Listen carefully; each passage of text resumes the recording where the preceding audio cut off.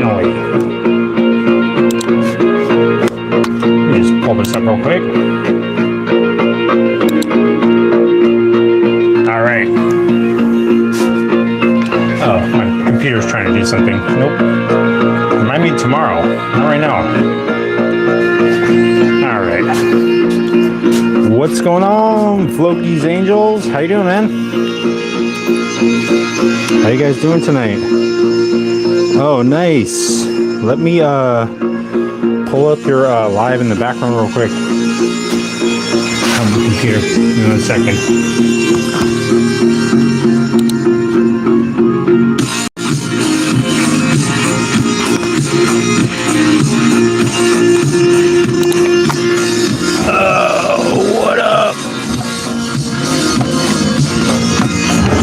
What's going on?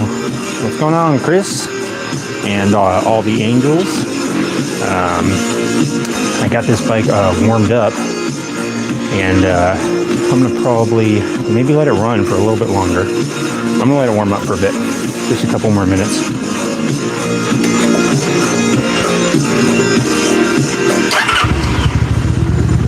It was already warmed up and running for a while, so.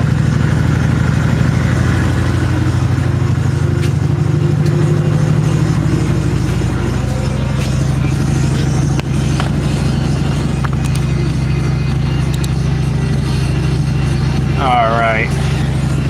Let's see. What's going on, Leprechaun? Is the Gremlin for sale? No, it is not for sale, unfortunately. He's here to stay. He is one of the residents. Let's see. Let me get my tools out.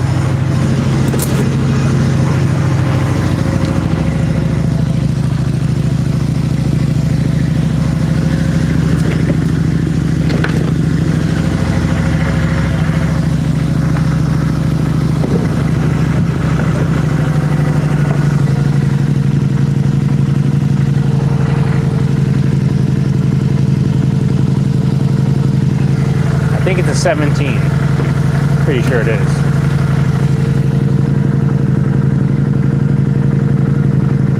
Yep.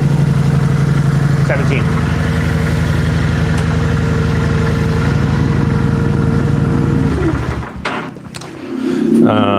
So I guess I'll do a little oil change tutorial for a Vulcan 900. That's what I'm doing this on right now.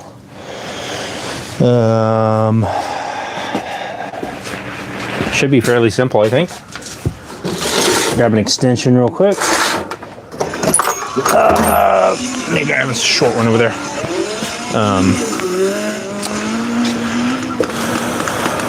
Yeah, I've already let it warm up. I let it run for maybe 7 or 8 minutes before going live. Just make sure it's all nice and heated up. I'm going to take off the oil fill cap, which is on the other side of the bike. I'm not going to ain't no way I'm going to turn this thing all the way around just to show you a oil fill thing. But if you're changing your oil on your 2007 Vulcan 900, you're following along currently. It's the gigantic cap on the side that says oil. And you use a flathead screwdriver to remove it. And make sure that when you drop it directly into the dirt. That's going to be going directly into your oil supply, right in there. So make sure that if you're going to contaminate it with something, you get like some loose gravel, some dirt, some dust, some debris, anything you can really fit in there. You know, throw a couple pebbles in there. Anything you want, really. Get creative with it, get fun with it, have a little fun, guys. But yeah, obviously you don't want to drop this in the dirt like I just did. And if you do, then you want to probably have a rag close by that you can kind of quickly clean it off with, so that hopefully everybody forgets you did that, and that you forget too. Alright, I'm just going to set this thing over here. Okay. That should make the draining of the oil a little bit faster. What's going on, Gary? The Honda or the Kawasaki? What's going on? The deal for real? It is the Kawasaki Vulcan 900. It looks like Tom is enjoying herself. Yes, Tom is in fact loving it. Tom is kind of sprawled out like a pinup girl, kind of to display the motorcycle. Philip Rogers says, hi, what's going on? Philip Rogers 9753. What the Night of the Living Dead is Tom think he's doing? Taking Gizmo for an adventure? Yes, Moses. Taking him for a little spin out on the Vulcan 900. What's going on, Big Mo? Big Mo in the building. Okay, got this. I'm just gonna drain this. I don't know why Kawasaki designed it like this, but apparently, in order to change the oil, you have to take off the regulator. It's like behind the regulator. Like that seems like they definitely, I don't know. I mean, they just really went to town with just tucking everything in here, huh? They just said, can we tuck it any farther in? They said we could put the oil filter internally in the engine. That'd be fun.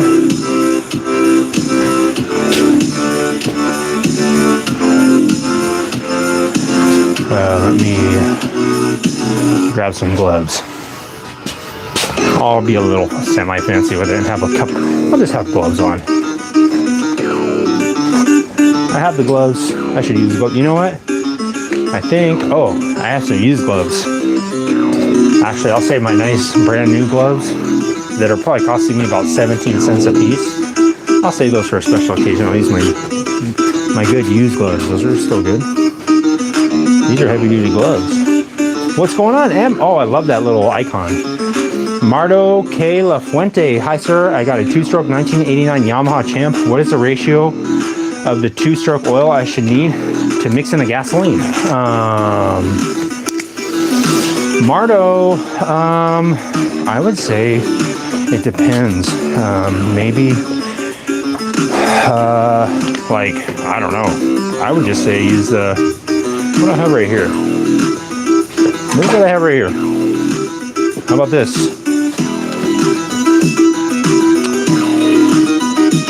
There's a little ratio on there. 16 to 1, 8 ounces of oil. I don't know. Take a screenshot. Hurry. Oh, too late.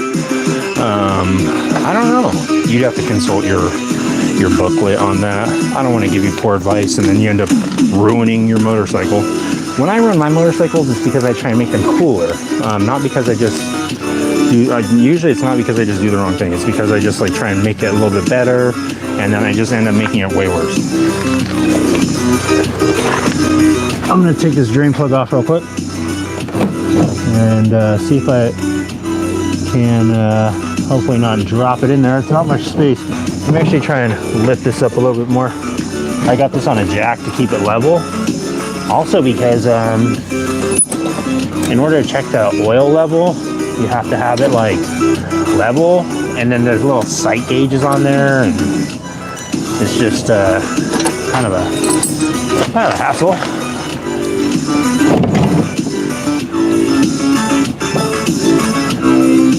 And I think it's a lot easier if the bike is jacked up. This bike is jacked up. I can imagine having to do a 800-pound bench press right now on the spot if this thing decided to tip over on me. That'd be crazy. Or I'd have to do like a Indiana Jones like roll, like I was rolling underneath a door, underneath a sliding door, you know. Watch me just drop this drain plug and it just like drains oil all over. Let's see, I almost got it.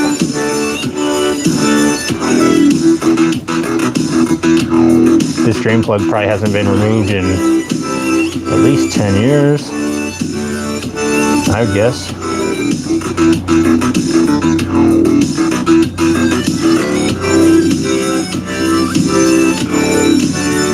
Alright, almost got it. I just want to make sure that this thing isn't going to overfill because it's kind of a shallow pan. I think it'll be good. Nice, got it. Nice. All right, it's draining out. Going right in that hole. It's like dead center. I mean, if this was like a bullseye, it'd be a bullseye. If it was a target, it would be like the Robin Hood. It's actually what Gizmo was known for back in when we were in archery. We took advanced archery classes, me and Gizmo, and I shot the bullseye, of course. And Gizmo, we had made a bet. We bet these little nutty bars. I don't know if you guys have ever had those. The little peanut butter chocolate nutty bars. I had 2 of them, and Gizmo wanted one. I said, I'll bet you, both of them, that you can't hit the target better than I can. I hit a bullseye. And of course, Gizmo here, if you've seen Gremlins 2, he's quite the archer in that as well. But he hit my arrow right in the middle and split the arrow. It was insane. That answers. No problem. Marto. Moses has just heard some gunshots. And Moses, you better gear up and get ready, Moses. Who knows your industry? From the tone of your voice, can I speculate Celsius? And give you the best. Yes, Moses. So your small business can really take off. You're correct. I don't know why you would say that. So I don't know what my voice would give it away.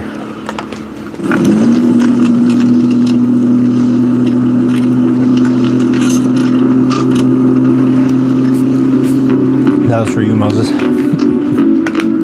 Last 200. It was probably only about 50 milligrams of caffeine of my Celsius, my Dragon Fruit Lime Celsius. That's it. It's all over now. I should have given Gizmo a little sip, huh? I could try this. I could see what happens if Gizmo drinks a little bit of the Universal Antifreeze. That'd be fun. We'll see, possibly. I'm gonna get the 10 millimeter. I mean, he already drinks it on his own. I mean, I thought it'd be cool if you guys saw it, possibly. 10 millimeter. There it is. This thing has been such a trooper of a ratchet. I mean, it has been through hell and back. And then I sent it back. I said, go back. I need it. I need more. And I said, please, I've already been through hell and back. I said, actually, I need you to help me out a little bit more. Little tiny ratchet. I use this thing for almost everything.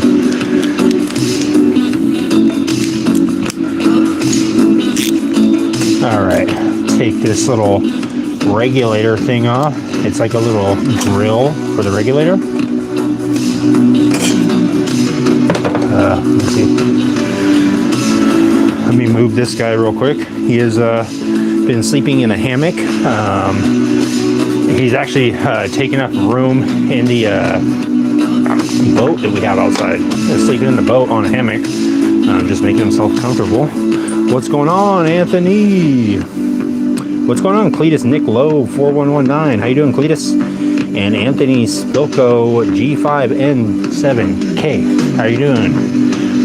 Rob Max says it puts the lotion on his skin or gets the hose again. Rob, how you doing, buddy? We're still looking for Rob's dog, guys. It ran off again, but Rob is he's been a good sport about it. He's been very hopeful. Rob has been quite the trooper. Me and Rob go way back. I actually met Rob at a Limp Bizkit concert a long time ago. We were in the mosh pit. We were getting down. It was getting crazy. I fell. Rob picked me up. He's like, hey, what's up, man? I'm Rob. I said, hey, what's up, dude? I'm Fang. We hit it off. We started working for... we were working at the Doritos factory, actually. It was actually a really good job. Unlimited Doritos. Only the nacho cheese, though.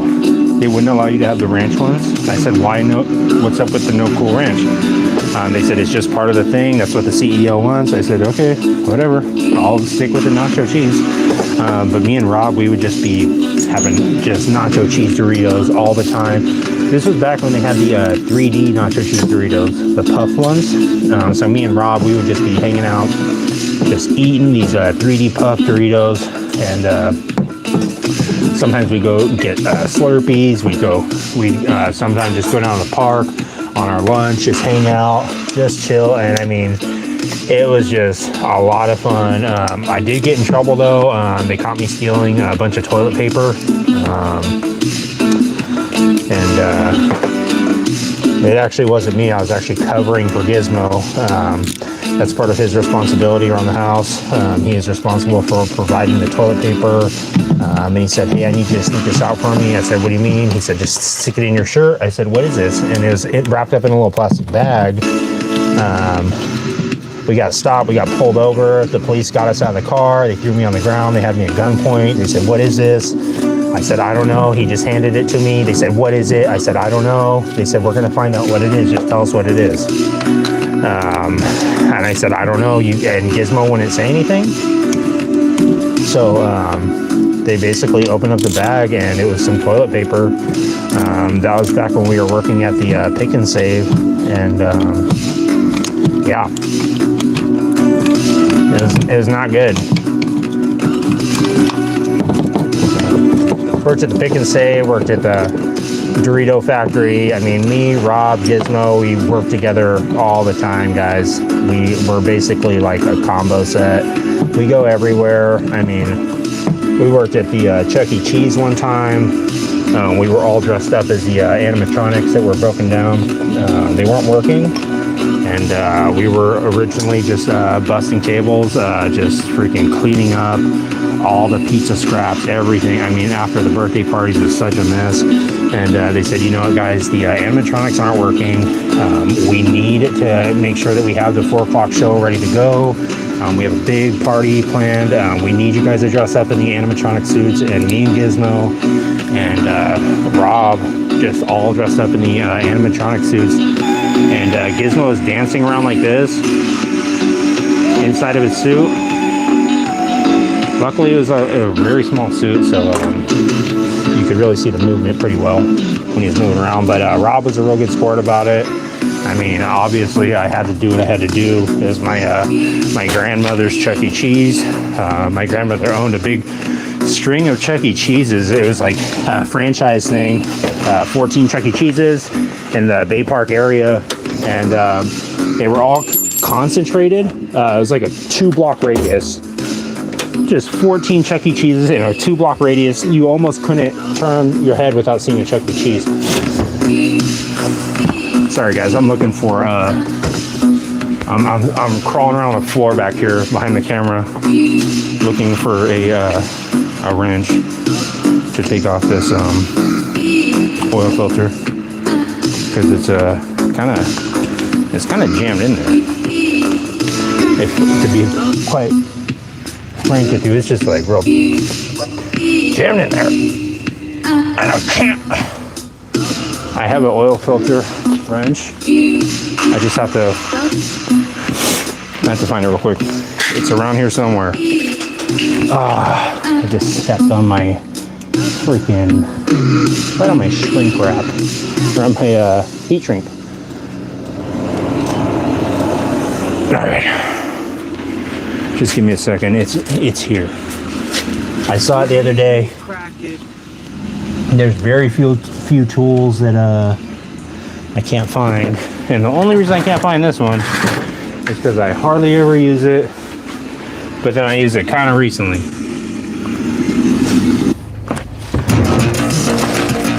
Let me see.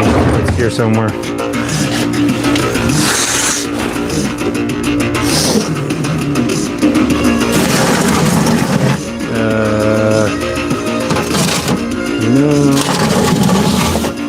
Let me double check. It's got to be in this top drawer. That's where I always put it. Oh, it is here. Duh.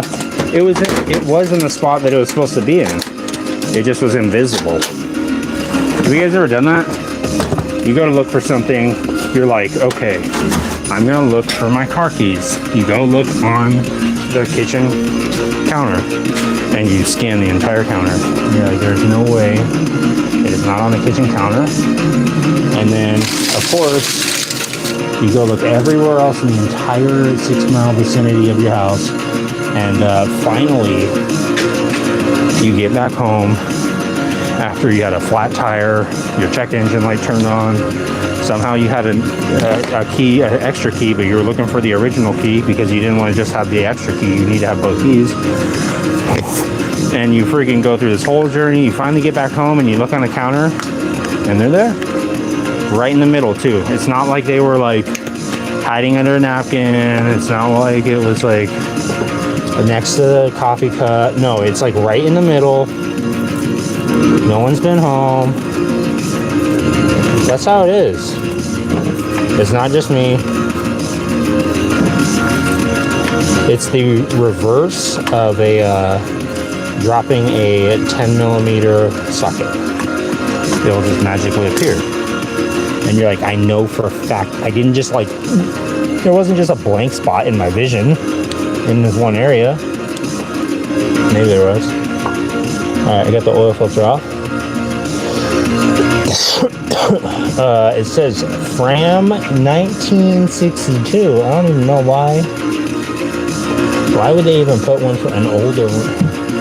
No, it just looks very old. I probably should have confirmed I had the right oil filter before I pulled that one off, but I didn't. So I'm going to confirm it now, live.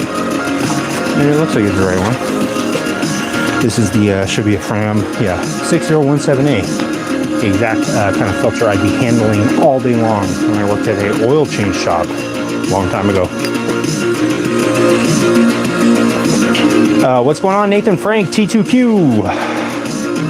What's going on, Angels 850 CSI? Rob, I will see if I can find your dog, see if it's still hanging around in the backyard. Last time I saw it, it was digging a hole. Gizmo was trying to bury it real quick. I said, don't do that. And Gizmo just ignored me and acted like I didn't say it. So I'll have to see. I'll have to talk it over with Gizmo, Rob. See if I can negotiate the dog coming back home. Are you listening to Parmesan? Let's see. This one is called Laserhawk Overdrive. And the other one was called Q Exotic Palms. But yeah, I'd listen to Parmesan. I love any kind of cheese. Gouda, blue cheese, goat cheese with some cranberry. I'll listen to anything that sounds good or tastes good. Yeah, Moses, you are right. Moses says you may never get him back, Rob. What's a check engine light? The deal for real? The, of course, dreaded check engine light. That is what gremlins are actually known for, at least road gremlins, for causing check engine lights. I mean, if I had it my way, I would just turn the light off. I would just say, hey, let's pull that fuse, turn that light off. Just act like it never happened. Act like we never saw it. I'm going to try and just carefully clean this out a bit. I guess I should get a little bit of oil on the canvas, huh? This is like the kind of a cool little moment. There's a little piece of the Kawasaki Vulcan on the canvas right there. Alright. I'm going to take some of this oil. I watched a couple tutorials online. They didn't fill the filter up, and I don't think you could even. It's mounted horizontally. I guess you could fill it up a little bit. You could fill it up like with a teaspoon, eighth of a teaspoon. All right. Put this new filter on there. I let it drain out for approximately 7 seconds, so it's pretty good. Should be all good to go. Oh, something that I was looking up online. If you guys saw the episode yesterday, the live, I was trying to get this heater started, and I was looking into it, and they said it could be the kill switch, because I don't know if you were here the deal yesterday, but what happened was when I turned the key, I got shocked, and I was like, oh, I said I felt it shock me, like I think it's gonna work. and it didn't work. And I was like, oh, that's weird. And then I looked it up online, and they were saying that if it sparks once right when you turn it on, if your side hustle's starting to make real money, it's time that to make means it that it's the official kill with an switch. LLC. LegalZoom helps you do it right. I can't remember the exact explanation why. Our LLC and stay Hold on, let me skip this ad real quick. We just answered a few questions, and they took care of the rest. And when bigger questions came up, like negotiating our lease, it was reassuring to be able to talk to an attorney. It's worth showing, though. Network. When you're ready, start your business with LegalZoom. My gosh, you literally have to take off. I'll show you. Kind of not the greatest design. To the next generation. Let me skip this ad real quick, and then I'll show you. I know I probably shouldn't, but I run that filter back to back. And a brand that's entirely yours to shape. Work alongside. You run that filter back to back? Let me show you guys what this looks like. This is kind of ridiculous. Take off my glove so I can articulate the camera a little bit better. Here we go. So this is kind of not the best setup. Basically, the oil filter is right there. Obviously, right there. And so it has this other this other bracket that goes on like this. I'll show you. I'll put it on. Sorry, trying to make sure I hold the camera somewhat steady. I'll put this thing on. Here we go.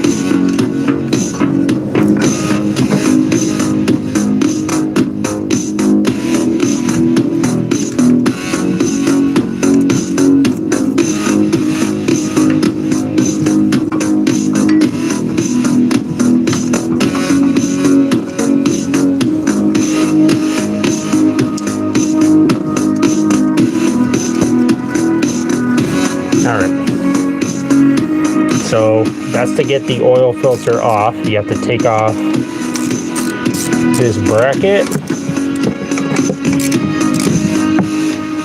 and then you have to take off the regulator, which bolts on like that. And then on top of that is another bracket or another cover right here that goes on top of there and bolts on. So you have to take off 1, 2, 3, 4, 6 bolts to get to the oil filter. I guess it's not that bad. Oh gosh. But considering that you have to jack everything up and deal with all that nonsense of like jacking up the bike, keeping it level, all that, just to change all that kind of stuff. Dump it and rinse it out with oil. Nice. Wow. If you can get away with it, get away with it. Oops. If you can get away with it, get away with it, Moses. That's my advice. All right. Let me put this glove on inside out again. All right. So let me put these bolts back on for the regulator. I think, yeah, it's probably the longer ones, I guess. Yeah.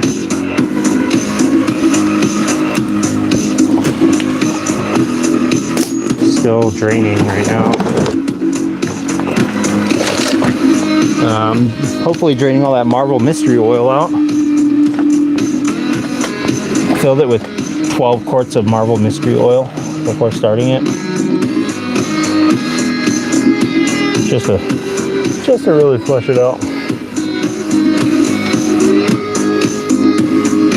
Okay, these are of course the ever so useful and popular at Fang's Garage M6 by 1.0 bolts. If you are following along on the 2007 Kawasaki Vulcan 900, and you're changing the oil, make sure that when you put the sockets down and such, that you put it directly into the dirt. If you have a clean concrete surface, Resist the urge to put it down on that. Find a dirty patch of disgusting floor and just throw it on there.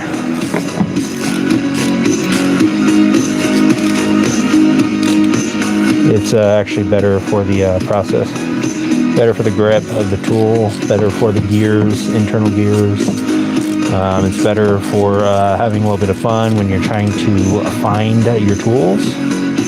They could be buried in dirt potentially, so it adds a new layer of fun. Okay, put this little cover back on now. Watch, I'm gonna put all 7 of these covers back on, and then the oil filter is gonna be leaking.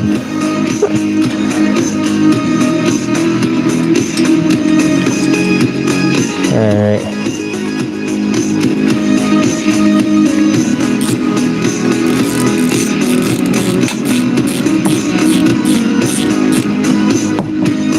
Okay, this bike is almost done.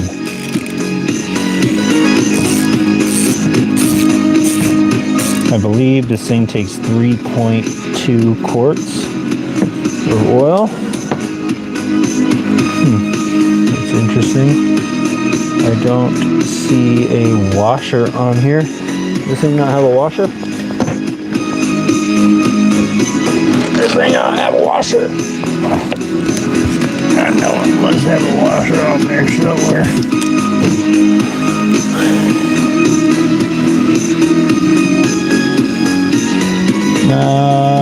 I don't see any sort of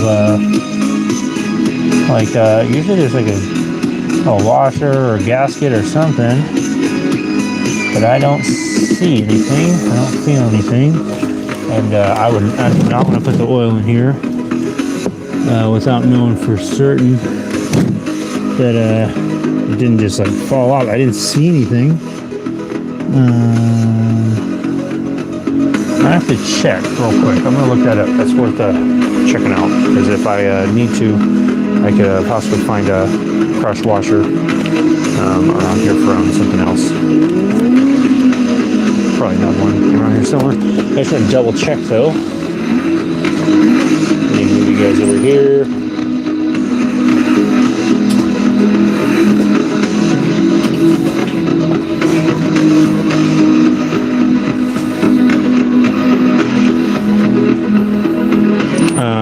Honda Shadows, no bolts, just twist right off. Yeah, I know.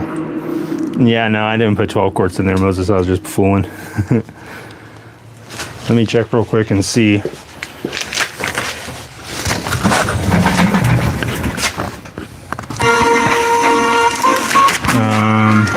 Let's see.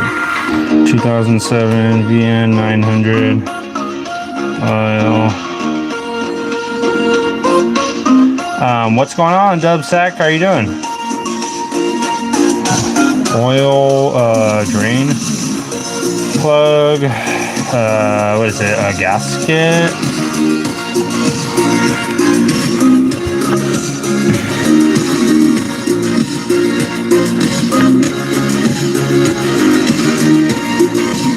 I don't know if it. Oh, here we go. Someone's asking the same question.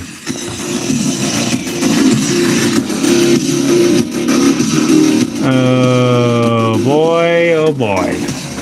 Uh-oh. Well, it says that it might, it says it does have a crush washer. I'm hoping that I have one. That's weird that it didn't have one on there. I thought I did. It looks like I only have smaller ones. I might have to, I don't know if I should,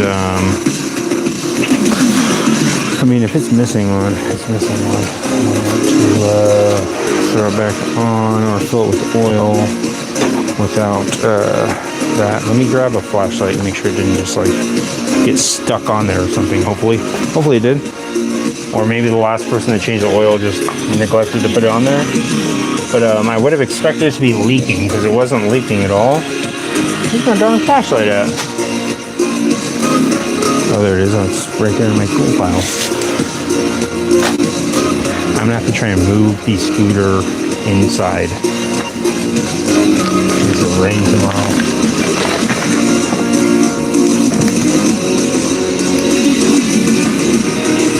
Make sure it's not like crushed onto the bolt and I just can't see it, you know?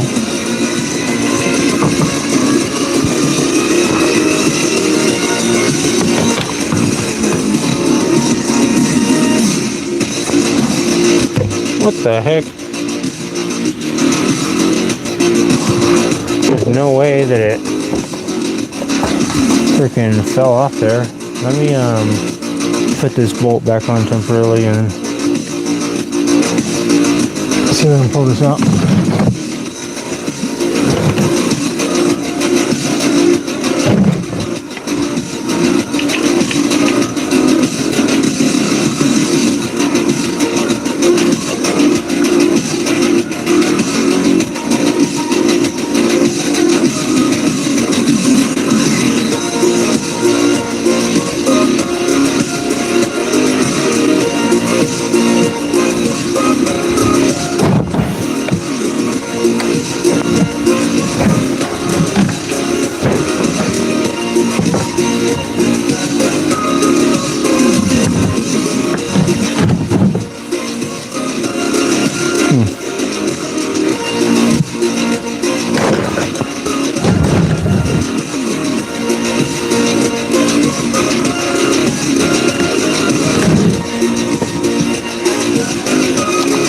Gosh darn it. Well,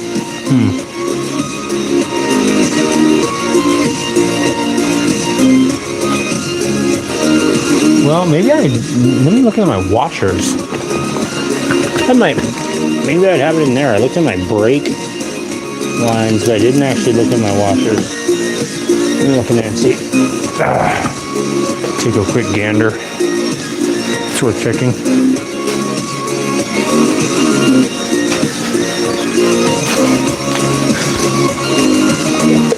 Of course, I just put all this stuff in this area. There we go. I might actually have one. Let's see.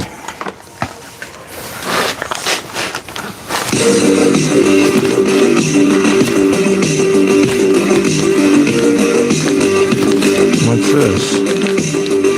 No. Little shims.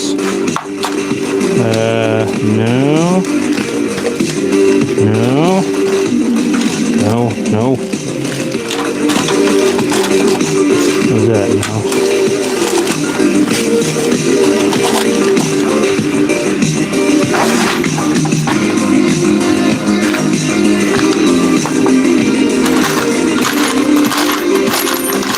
I might just put it on there and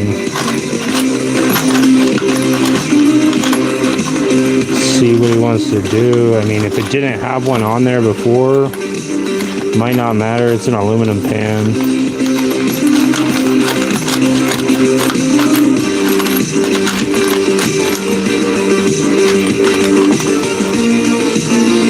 That kind of looks like it.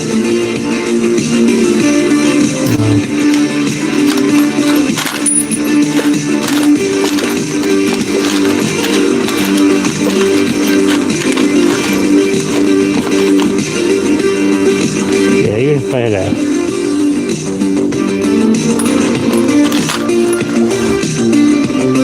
a copper one, it would work, but all the ones I have are not big enough.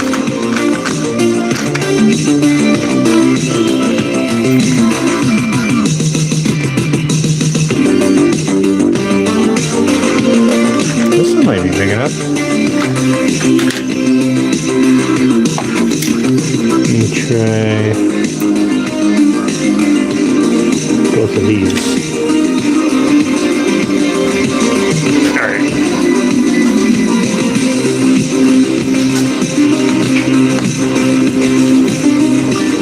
Yeah, if anything, I might just put it back on there without it, and then just tell him, like, dude, next time, because I don't think he's going to ride it around a lot. He's just going to be riding around his neighborhood while he's working on it, and I'll just tell him to I'll have to get a new crush washer when he does his next oil change. If it ain't leaking, it ain't leaking. Take this back off. I don't think that's going to be big enough. I'm looking at it.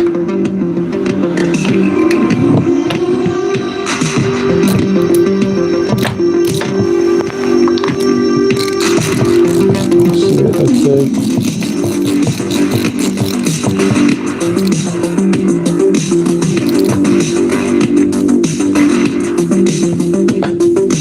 I think it'll be okay.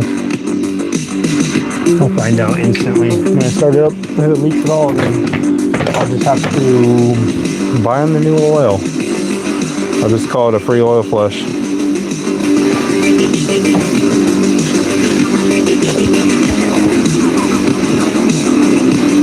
I think we'll be okay.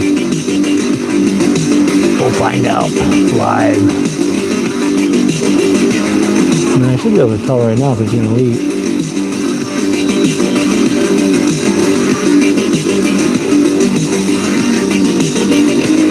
I don't think it's going to leak.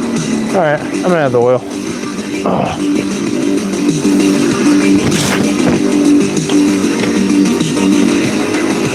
Just double check the capacity real quick. What's going on, Matt Villanueva? What's going on, my rooster, your face? All right. Matt Villanueva and my rooster, your face. My rooster, your face. Is that how you say it? Oil capacity. Just gonna check this real quick. I believe it's 3.2. What does that say? No.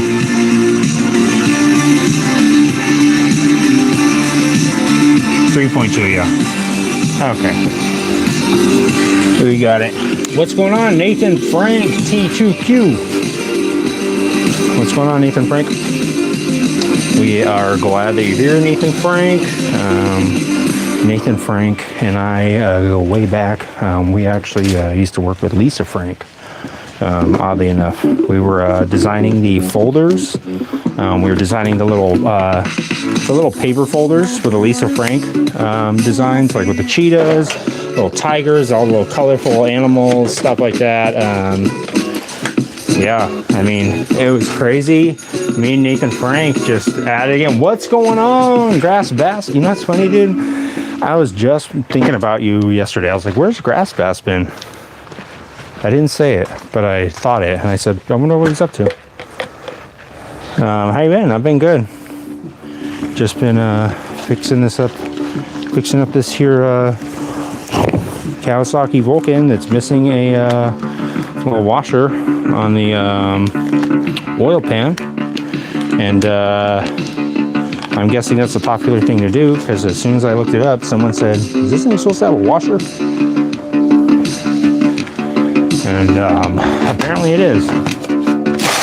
And apparently it didn't have it on there, but I'm going to try it anyway. And we'll see. We'll see what happens. I'll put 1 quart in there for now. I'll just put a couple little drops in. See what happens. If it leaks, I think I'll be able to tell right away. Unless I turn it on, then it leaks like crazy and just shoots oil all over the place. I'm covering oil head to toe. You guys know it turns into this crazy. I don't even know what would happen. Please double check. This is, yeah, 1040. Okay.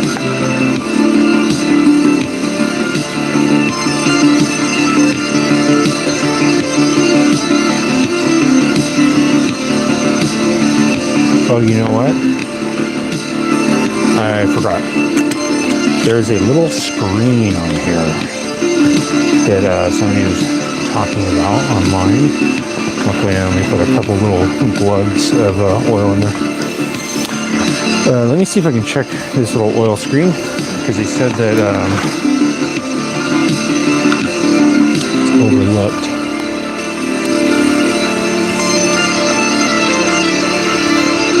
I wonder if you're supposed to do it every oil change or every so many miles. But they said it's kind of hidden, I think. I'm going to crawl underneath here. Get a little intimate. Get intimate with the Kawasaki open. Where the heck is it then? Where is it?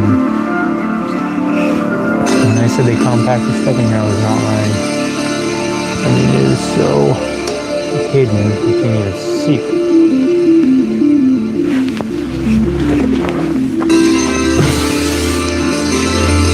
So there's like an oil screen. Oh. No. It's just a cobweb. Oh, maybe it's on that side? Maybe it's that thing. Let me go look over there.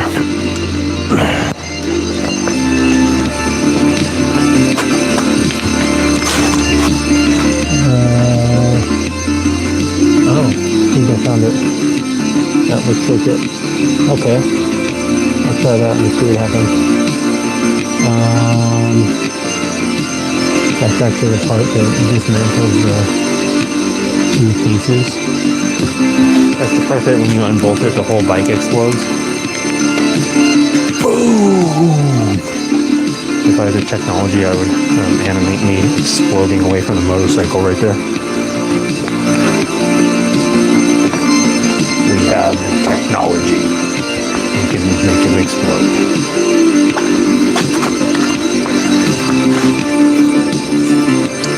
Okay, so there's a little hidden, I'm hiding underneath there, underneath the motorcycle. There's a little hidden gem that they said everybody doesn't do this. So I'm going to do it. And I want to prove them right. Okay, I can't do it either. I unscrewed this bolt and the bike exploded. I don't know what happened. I woke up in the hospital. I had superpowers. I can't explain it.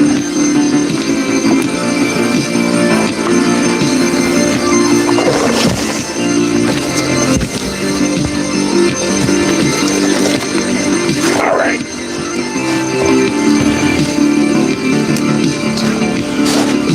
Okay. We lay down on the floor one more time and see if this is the right size. I think it is. Maybe.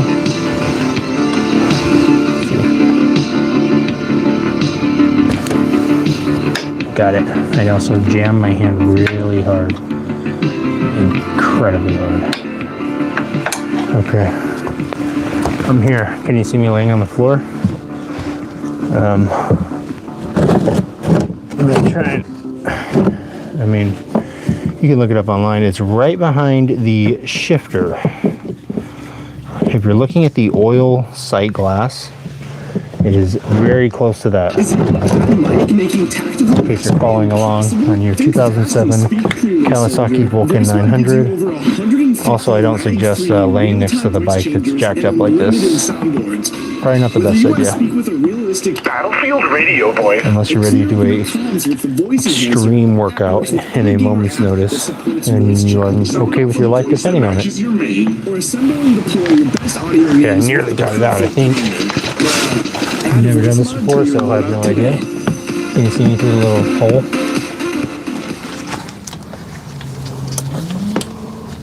Probably not, huh? Okay, almost got it. See, this is why I wear the $11 Choose from thousands of realistic Walmart voices watch. to use in your content. Okay? Change the way you record Because when podcasts, you voiceovers, have your hand and branded content in the with the oil #1 pan, your AI-powered wrist in the oil voice-generating technology. Stop searching for the Not even perfect mine. voice and stop wasting time all re-recording good. take after take. Try 11 Labs for free and start Okay, what in elevating the your world? content How does today. this work? I got the little screen, kind of. It's kind of like stuck behind the frame.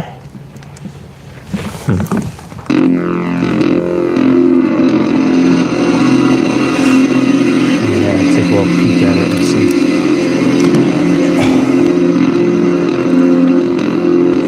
Oh, I see. There's Looks like a cable there. We can move that cable and get it out a little more, I think. Sorry guys, I know you can't see what's going on, but I'm basically just gonna get this little filter out and then I'll come show it to you. It's not working with the camera all around because by the time I do that, I'll either have it out or I will give up. Got it. Told you. I thought I got it. I guess I did.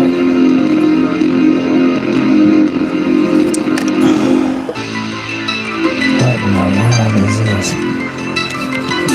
Man. Come on, Kawasaki. You get me dirty like this. You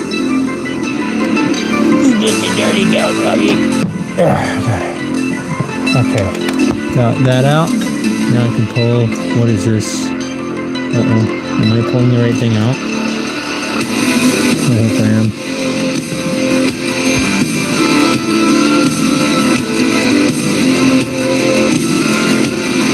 If I'm not, this is gonna suck. It is. Ooh, scared me.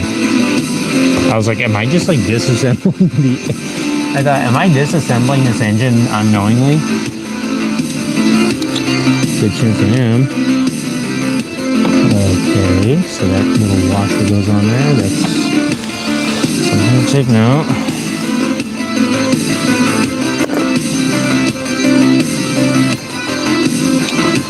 So it goes on the screwy bit, it goes on the very outside. Then the spring.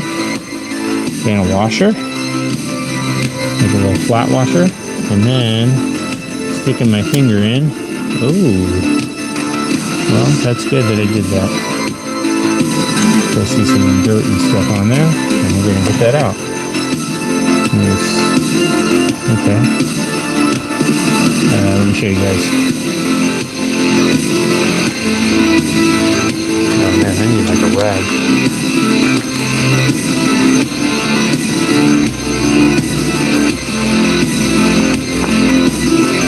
Okay, I'm going to leave this little part over here.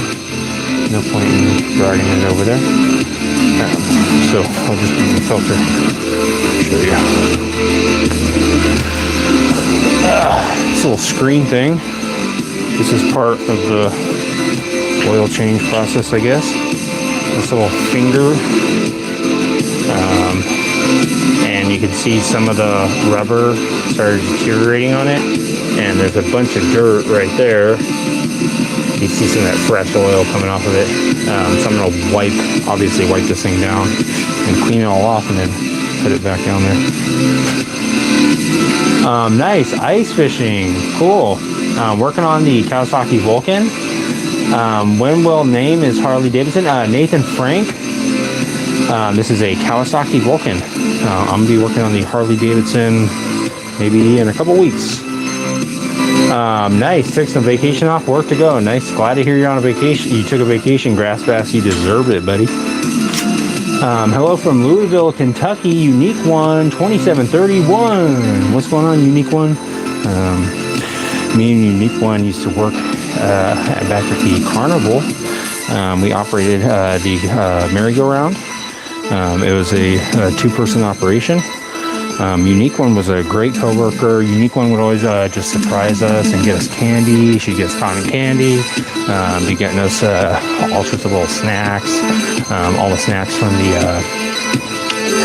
the carnival, and never asked us to pay to be paid for it. I mean, she'd never ask for payment.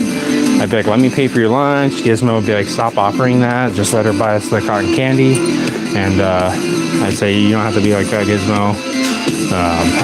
We can be gracious when we get gifts and stuff.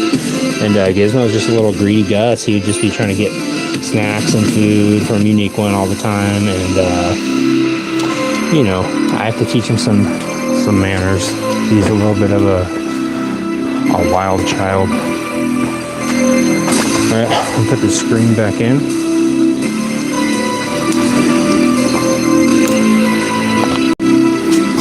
Actually, I was talking earlier today, and Gizmo had a brief meeting with one of the higher ups at a rice cake company. So we are in talks for a possible rice cake promo coming out, guys. A little collab that we're gonna be doing with the. It's gonna be for the white cheddar rice cakes. I mean, it's something that we've been fighting for. My lawyers have been trying to negotiate it for about 7 years now, trying to get this rice cake deal, and I think it's finally going to go through, guys. I'm really excited about it. We wanted to get in with pop chips, but their negotiating team was just real tough. I mean, we couldn't come to an agreement. We kept butting heads on different kind of just like the cover art for the pot chips, the different flavor ideas we had. We had of course, the cuttlefish flavor. We had the coleslaw flavor. We had the pickled goat cheese flavor, and they just were not able to come to an agreement with us on those flavor ideas. And I said they're going to be great flavors. My aunt was actually working with me on these flavor ideas. My aunt is, of course, the brains of the operation with the pop chips collab. But I mean, we weren't able to meet in the middle, guys. So I'm not sure if the pop chips is going to go through. But yeah, the rice cakes are almost a guarantee. Of course, Courtney has a 6-year contract with the Pita chip company. If you guys have ever seen Courtney on any of the bags of Pita chips, that's why she looks so familiar. She's a Pita gal. That's P-I-T-A. Hi, commercial here. Can you guys let me know in the comments? I have no idea. I can't really hear it. I'm too busy yapping about Courtney's 6-year Pita chip contract. They made this incredibly difficult to put in there and take out. That might be why nobody takes it on or off. At least the guy in the video was like, nobody does this. I can see why, because it's like essentially like playing Jenga upside down in a straight jacket with freaking trying to eat a bag of 3D nacho cheese puff Dorito chips with one hand and trying to freaking solve a Rubik's Cube with your toes, and your little toes are in a Chinese finger trap. It's pretty difficult. I mean, it would have been doable except for the Chinese finger trap. Once the Chinese finger trap is involved, then you're like, okay, it seems easy to get out of. It's surprisingly hard sometimes. You'd be surprised. It really depends on the manufacturer. I mean, we get our Chinese finger traps imported from Quoshixin, the Providence outside of Hongkai, and basically that's where me and Gizmo get all of our imported Chinese finger traps. We run a Chinese finger trap business out here in southern Alaska, and basically there's a huge market for Chinese finger traps out here, guys. I mean, the business is booming. We've been having orders basically nonstop. Our printers are literally, I saw some smoke coming out of one of the Canon printers the other day. I said, Gizmo, we got to slow down with these orders. People are ordering Chinese finger traps almost night and day. I can't keep up with all these orders. I mean, we can't do this. This is crazy. We have pallets of Chinese finger traps just going out all around southern Alaska, and we can't keep up with this. The banana bread business is going downhill. All the banana breads are burning currently. What are we going to do? We're supposed to have a water balloon fight tomorrow, and no one's getting the water balloons filled up. It's going to take a long time. And yeah, it's just been like chaotic lately with just all the Chinese finger traps and the banana bread and the mayo deal and the rice cake deal. I mean, these food companies are contacting us almost nonstop. I had to set up a whole new email system just to handle all these brand deals. They're reaching out like night and day, and we can't get them to stop. Everyone wants Gizmo to be on the cover. He's the Gerber baby. He's the Pop Chip Prince. He's the Kool-Aid Kid. He's the I mean, he pretty much does it all. This thing is taking so long to get on here. I finally got it. I'm sorry. I didn't mean to be sitting here for 6 hours trying to get this bolt on here just to prove that we can do it and it's possible. But I did, and now it's on it. It's almost hand tight. Sorry guys, I know I'm not reading the chat. I know I'm just kind of laying here on my back, laying here on my side, just talking out of my you-know-what. But I'm just trying to get this thing freaking screwed on here so I can get the oil in and get it out of here. And get it out of my hair, and get it out of my life, and get it out of my sight. I don't ever want to see this bike ever again. Unless my friend is riding it down the street and he's super happy about it. Then I'll be okay with it. Other than that, I don't ever want to see this bike in my sight. Ever. Unless he needs me to do something to it. Like maybe fix it up. Maybe I'll put some different handlebars on it. Maybe it needs a sissy bar. I mean, there's plenty of stuff I could do with it. But other than that, I don't ever want to look at it ever again. Sorry guys, I'll read the comments now. If there is any. It's probably like, what's this guy talking about again?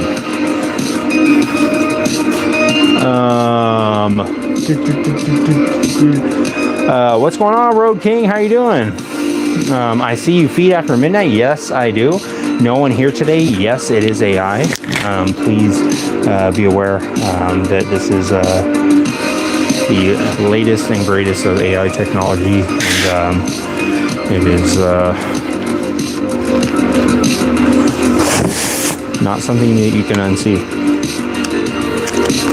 You can't unsee this once you've been to Thanks Garage. You're gonna have a nightmare. You're gonna wake up sweating. You're gonna be screaming. You're gonna look for your blanket. You're gonna say, "Where am I?" And I'll say, "You're here." I actually cackled out loud at work today on my break when I saw someone commented, "What the heck did I just watch?" So I love that comment. It was somebody was commenting on Gizmo drinking some of the jellyfish goo. And they said, "What the heck did I just watch?" I said, "That's exactly why I make these videos. That's exactly the reason why." I was just sitting there in the porta potty laughing, echoing in that hot porta potty at 2 p.m., just laughing, looking at that comment saying, "This is the best." I love it. All right, I'm gonna let this drip out a little bit. I mean, that porta potty was hot. I was sweating.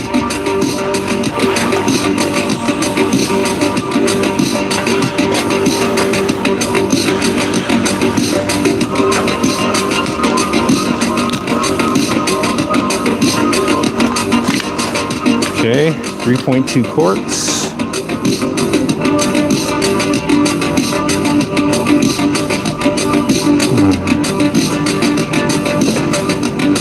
Alright, you've had your fun. Time to get to work. Supposed to finish the SR 150 tonight, too.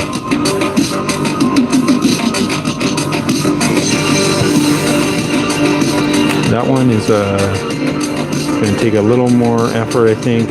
The oil change will be easier, I believe, because it doesn't have a filter. But I have to find a starter relay for it. So I think I know where it's at. It should be in my section of parts that is, in my section of my parts bin that is for universal motorcycle parts. That is what I believe I left it in. I hope I didn't leave in my Roadstar parts. If so, I'm not sure it'll be that easily accessible.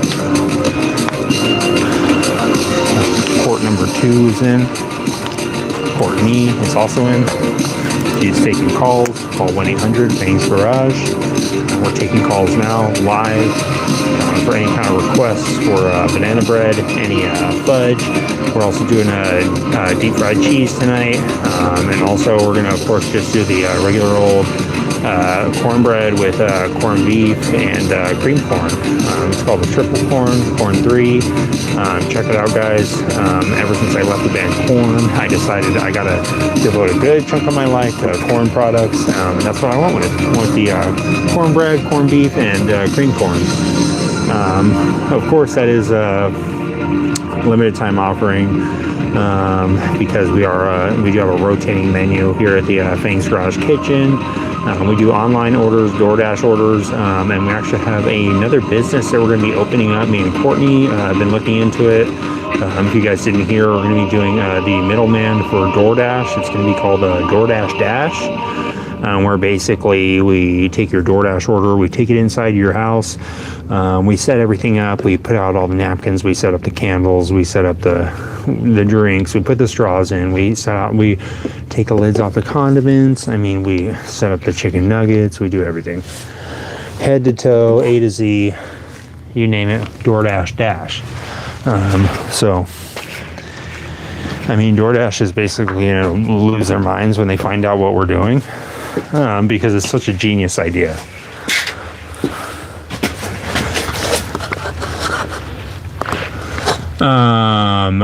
Scooter is finished. No, Road King. So I am basically trying to get the Kawasaki Vulcan and the SR150 finished. Because I won't be going live tomorrow, Road King. I don't go live on Thursdays because I'm normally editing the videos and such. So I want to get these two out of the way and knocked out so that I can at any point after work or something possibly go return them to their rightful owner. I wish I want to have them done basically and not have to worry about it, and then I can focus back in on the scooter. And Road King, I think, is going to be the I probably should have checked the oil, the plug, huh? I don't see any leaks. Before I put like 90% of oil in there. So I looked it up. Road King, I think if the scooter wasn't starting, I think it is the kill switch. I'm gonna look into it. But I was doing a little investigatory work on some forums, and they were saying if there's a spark right when you turn the key, but there is no spark when you are trying to start the bike, then it's the kill switch. I was like, that's weird. Like, it's like so specific. But I remember yesterday while I turned the key, it electrocuted me for a second, and I was like, oh, it's gonna work, because I thought it was working. But yeah, it might be the kill switch. And when I first went over to my buddy's house to help him get it started again after he let it sit for a while, the kill switch was gummed up then as well. So there's a very good chance that maybe it's just a little gummed up. We will see. Put this oil cap back on for a moment. I'm going to start this thing back up and let it run for a minute. And then check the oil level, and then I believe I'll have to add a little bit more. But let me just make sure, double check everything's tight before I start it up.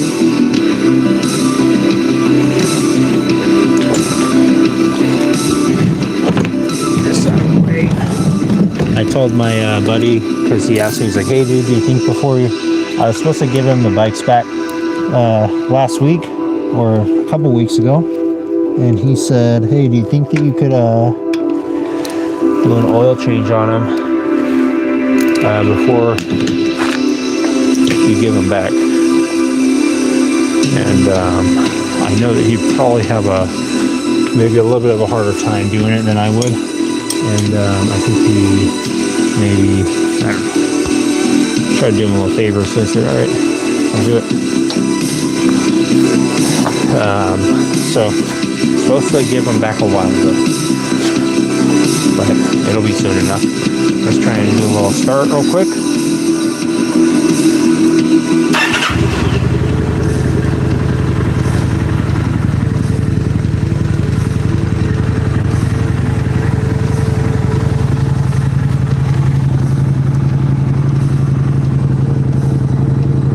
No leaks.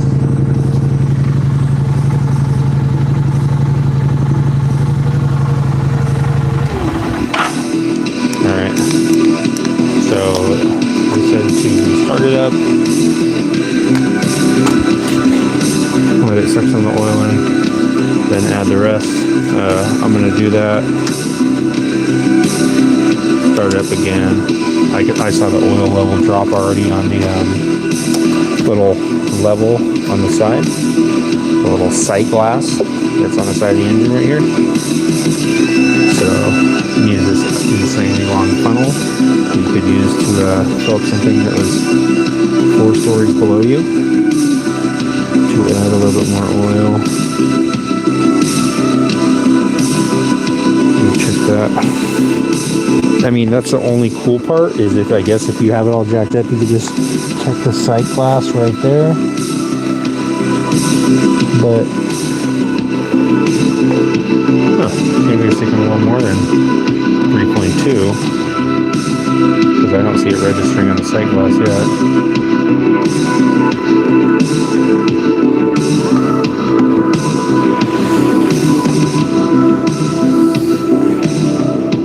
There it goes. That might have been without the oil filter. Let's see. Quartz 800.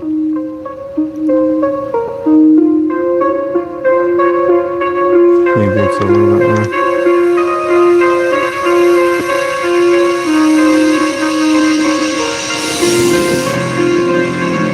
Okay, it's almost there. Let the oil go through there for a second longer. Work its way down to the sight glass. It's slowly filling up, but I want to make sure that it's not from it just going back down and getting sucked up. There it goes. That looks like it's about it. We let it drain from this funnel, and then I'll start it up again and check the oil. See what it's looking like. Not the hardest oil change to do, I guess. That is kind of crazy that you'd have to take off like 6 bolts to get to the oil filter, but whatever. No big deal. I am glad that this thing starts right up now. And I did tell my buddy, I said, dude, the fuel gauge is not working. I said, I don't really think that it's worth trying to sit there and mess with this old fuel gauge. This thing is so crusty and old. Like, even if it worked, it'd probably stop working after, like, I'd have to take this little tiny wire off there and solder it, and my soldering iron and such. And I said, dude, just get a new fuel gauge. I said, we'll just slap it on there. It'll be easy. You just drain the gas out, and I have a new electric fuel pump that I can use. So it'll be easy to transfer gas and stuff now. And I said, we'll just put on a new one because it's like not that expensive for the fuel gauge. So a lot cheaper than the fuel pump. But surprisingly, the fuel pump does work, guys. If you have a Kawasaki Vulcan, I will figure out what the link is or what the model is. It's a newer Kawasaki, and I just had to slightly modify the fuel pump, but it works fine now. Start it up. Check the oil level.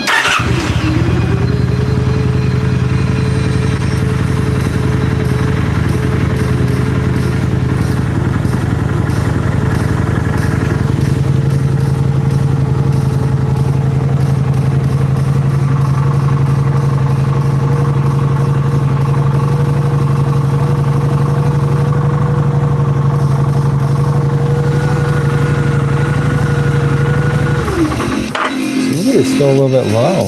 It dropped almost like all the way down. I'm gonna double check and see what the procedure is to check it, to actually check the oil.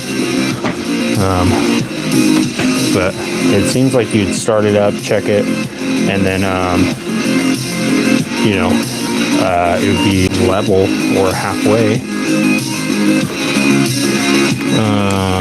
There's a gremlin on your machine. Yes, there is. JD for shizzle. There is actually a gremlin on there. He's helping out. What's going on, little man? It looks like he never removed his Halloween decorations.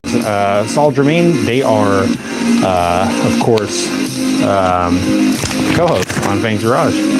A gremlin bell would take care of that. I agree, Road King. Loose nut behind the wheel. Yes, Grass Bass.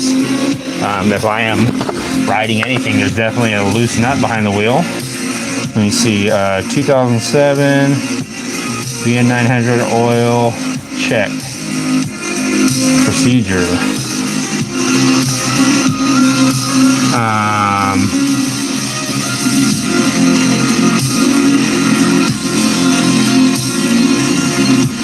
So let's see, oil level after running,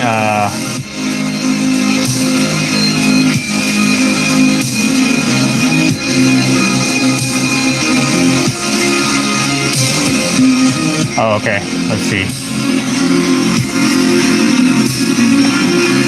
Halfway in the sight glass,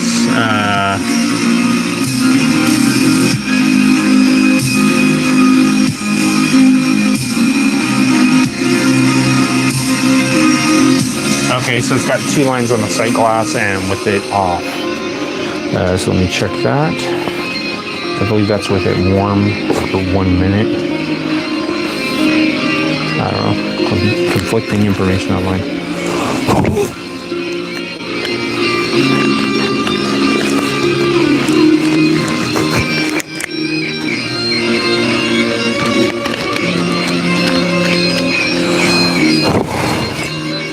It doesn't really work if the glove is ripped.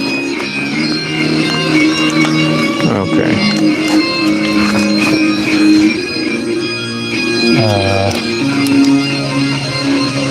Okay, I see it. So those are some big lines. Okay, so it's got quite a bit. I think that's good right there. If anything, he could add a tiny bit more, but I don't think it's measured when it's cold, so should be good. Let me just throw a little bit of coolant in here real quick while it's level, just to top it off. And this bike will be done. At least done enough for me. Done enough for my taste. Done enough for my liking. Let me plug in my phone real quick. Make sure it doesn't start dying. It might cut out for 1 second, guys.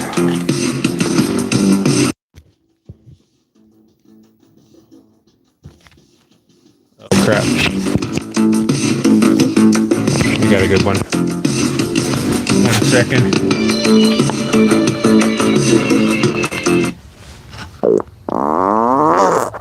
Whoa! I just stepped on a huge frog back here. It was trying to run away from me. I grabbed it, stepped on it, it's gone.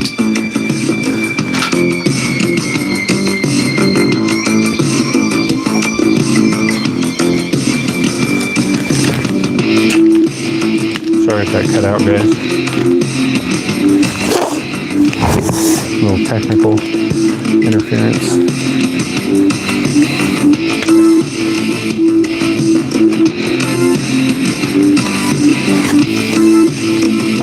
A little coolant in there.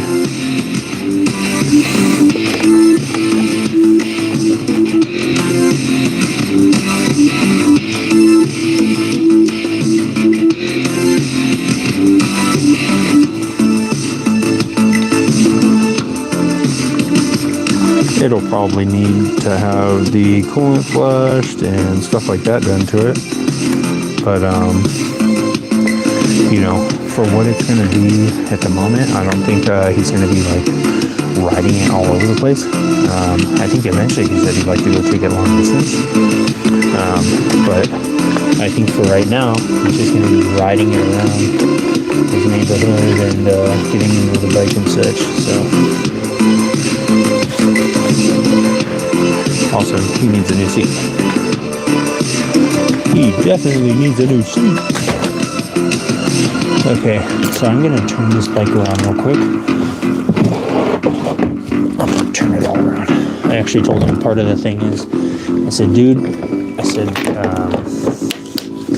you gotta take care of your, the used oil.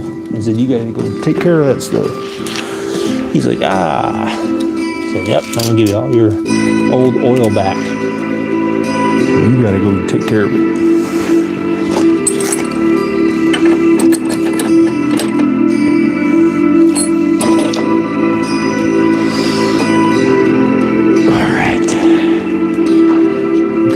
Off here, me and Gizmo have a job interview set up tomorrow morning. We're set up for a pool cleaning service for a pool cleaning company called Pool Pros. We're going to try and get in there and get a little job. Getting in with the classic chlorine kings, and we'll be cleaning out those pools. We'll be getting the algae out. Gizmo has a little suit and tie for the interview. He's got his resume from when he used to work at, of course, Taco Bell. He used to work at the Verizon store. He used to work at as a power line installer. He used to work as a tree trimmer back in the late 70s when you didn't have to wear a harness. And that's what he said he liked the most about it. He said he felt free, he felt alive, he felt young again. When he didn't have to wear that harness. But after all these rules came out about all these regulations about all the safety stuff, he said, I can't do it. He said, I'm like a bird and you're clipping my wings when you make me wear a safety harness. And I refused to do it. And ever since then, he wouldn't touch it. He never touched another tree again in an arborist fashion. I get it though. I mean, when they take the passion out of the project, I mean, what's left? And that's really what drives Gizmo to do what he does. That's what keeps him going. Also that, and Gizmo actually has a upcoming sponsorship with Grey Poupon. It's a big deal, guys. $7 million for a 3-month contract. They have exclusive licensing rights with the Dijon mustard, with the Grey Poupon, and they can use his image and likeness in whatever fashion they want. So, I mean, it could be good, could be bad for his publicity. I don't know. Gizmo's been talking to one of the tabloid magazines about doing a little reuniting with his long lost relative Bat Boy. So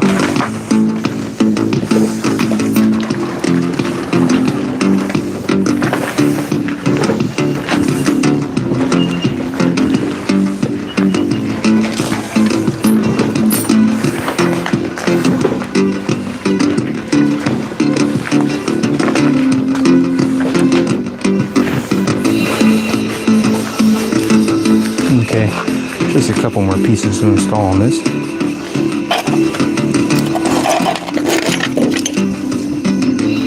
Just these little plastic covers that are just for cosmetic purposes.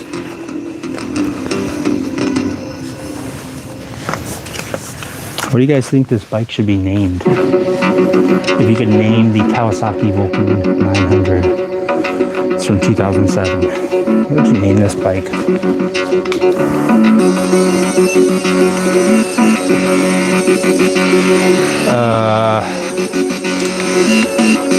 A Bloody Ripper Mate.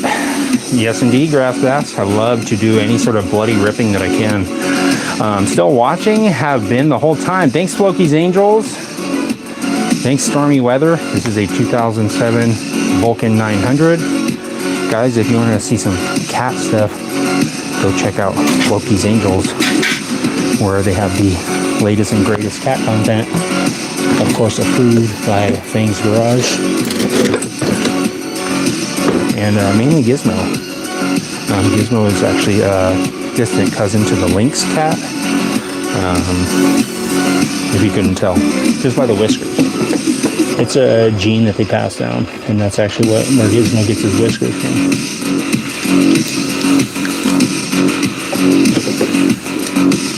Alright, got the 8mm, the less famous 8mm socket.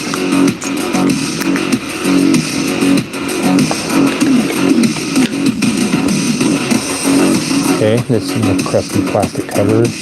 It's going to go on now. Oh, hey, doesn't fight me.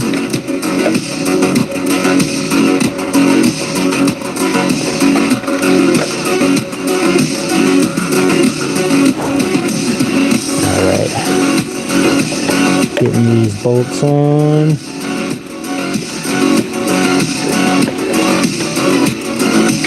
Any of you guys on the East Coast? Rockies Angels, are you guys in the path of that ice storm that's supposed to be coming this weekend? I started hearing some stuff on the news about it today. That sounds pretty crazy. Hopefully you guys are going to be buckled down and have some hot cocoa and maybe watch, I don't know, maybe MXC. When was the last time you guys watched some MXC? Anybody watch that show? Definitely an influence on young fans. Being like, how are they? I remember watching that show for the first time and being like, why are these people saying all this crazy stuff? This is crazy. I can't believe they're saying all this. Why is that lady saying, I love mayonnaise? And then she just ran and fell and ate crap. It was like one of my favorite shows. It kind of explains a lot. It explains a whole lot. It explains almost everything. If you really boil it down, it almost explains just about everything. I noticed today that Tom was getting pretty dirty. His abdomen is starting to get a little greasy and grimy. It's starting to look like it's at home here in Frank's garage. Looks like he's making himself right at home.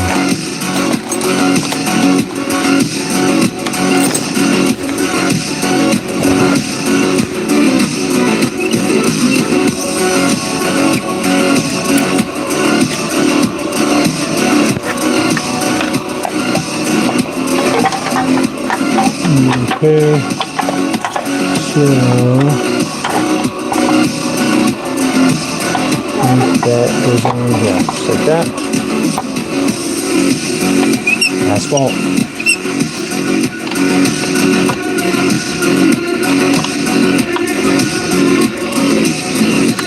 Alright, well,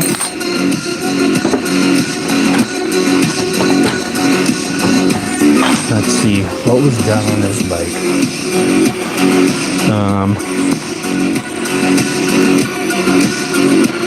The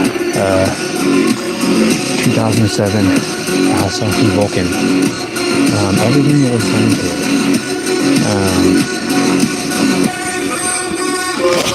it. Figured out how to take off the seat. That was one of the hardest parts. Figuring out how to take off the seat took about 3-4 weeks once I finally figured out how to take off the seat. And thank you for everyone for being so patient with me through all 16 of those episodes where I tried to get the seat off. Once I got the seat off,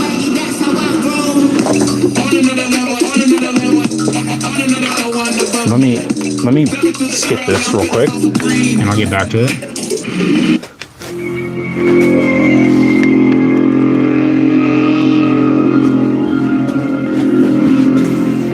After the 16th installment of the Kawasaki Vulcan series, then I finally got the seat off. The gas tank was taken off, removed all the rust and grime and nasty stuff out of there, took the fuel pump out, tried to rebuild that, but it was too far gone. Got the new fuel pump installed, made the plates for the gas tank for cleaning it out, left the other plate on the other side for the fuel gauge, which in the future could be replaced. Threw some Marble Mystery Oil in there to unseize the engine, which was unseized. And then Checked for compression. It had okay compression. Did an oil change. Checked for spark. It had spark. I think that's basically it. Got it started. Got it running.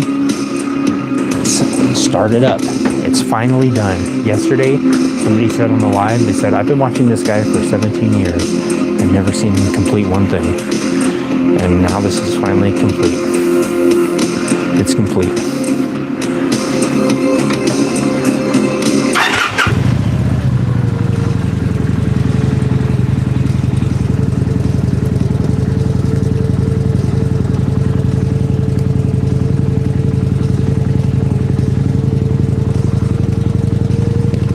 All right, guys.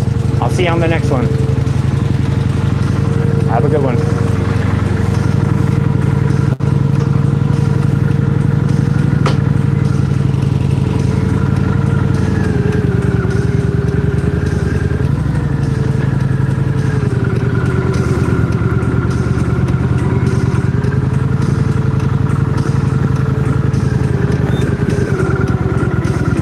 Did you really think I was leaving? I'm just getting started. Not really. I thought it'd be funnier if I just drove off. I'm still right here.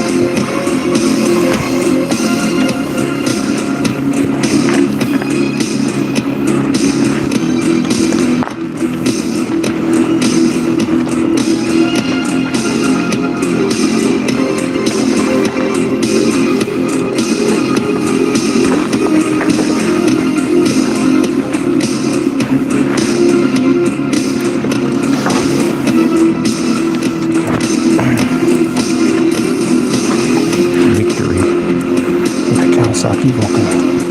Call it the Kawasaki victory from now on. Okay. Let's get this in parked.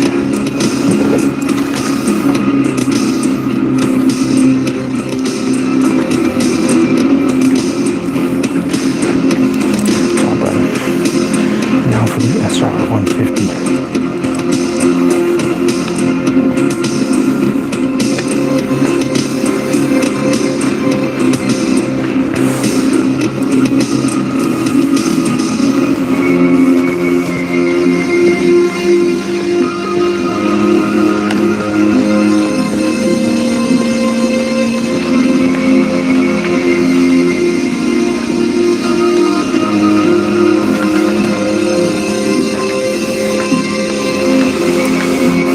Okay, so I'm kind of thinking, let's see, yeah, maybe I will wait on the oil change on this one because I don't want to start it up this late, and I want to definitely start it before I do the oil change, let it warm up, so I'll focus on the starter and the battery mounting and all that, and getting that all squared away, and then worry about the oil change at another time. At least I finished one tonight. I forgot Gizmo over there. He's looking at me like, what are you showing me here?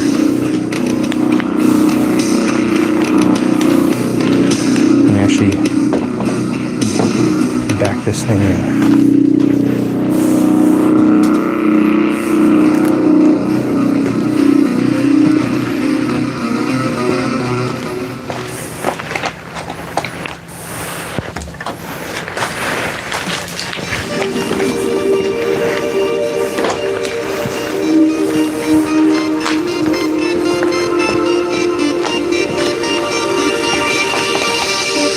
Gizmo's going to become a little dirt biker.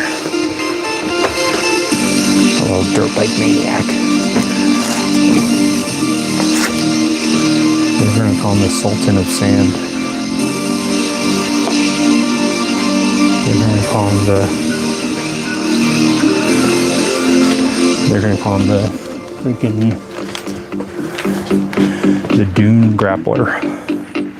I don't know why. That one didn't make any sense. That didn't really make sense. It's okay. Courtney's here. She makes all the sense. I make all the dollars.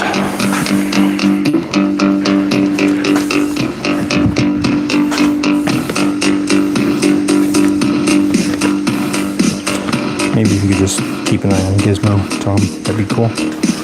Make sure he behaves himself. That'd be great. If you could just maybe hang out right here, that'd be cool. Here we go. How about this? Compromise. Good. Okay. Let me grab the starter button.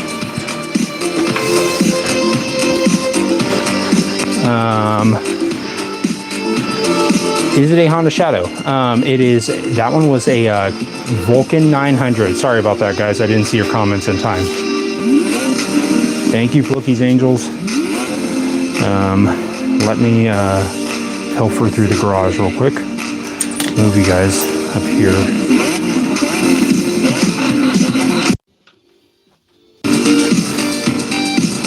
Move you over here. And I'm going to have to... Oops. Sorry about that, guys, if the thing cut out. I'm going to have to look through these bins real quick and see if I can find the starter relay that I need. The jellyfish are fighting yet again, guys. They are highly aggressive. Again, South American fighting jellyfish. They are not tame yet. I've been trying to make sure that I take them out of the tank every once in a while and let them wander around. These type of jellyfish do actually breathe outside the water, so the gill thing, that the way it's set up, they have gills, they also have little lungs. It's kind of a mud type of fish. Basically, if you've ever seen fish that are living in a low oxygen environment, then they're going to develop other types of organs where they can actually breathe in that low oxygen environment. Again, guys, we do run a veterinary clinic for mythical creatures and cryptids, things veterinary practice. It is a very high-end business. We get a lot of sick Sasquatches, a lot of different things, interdimensional creatures that basically, if you've ever seen an interdimensional creature with the flu, I mean, you want to stay away from that thing.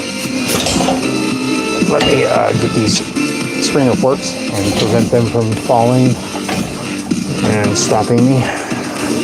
Okay, let me dig through this one. I believe they should be in my Universal Motorcycle parts, which are like, I think right here. In this top.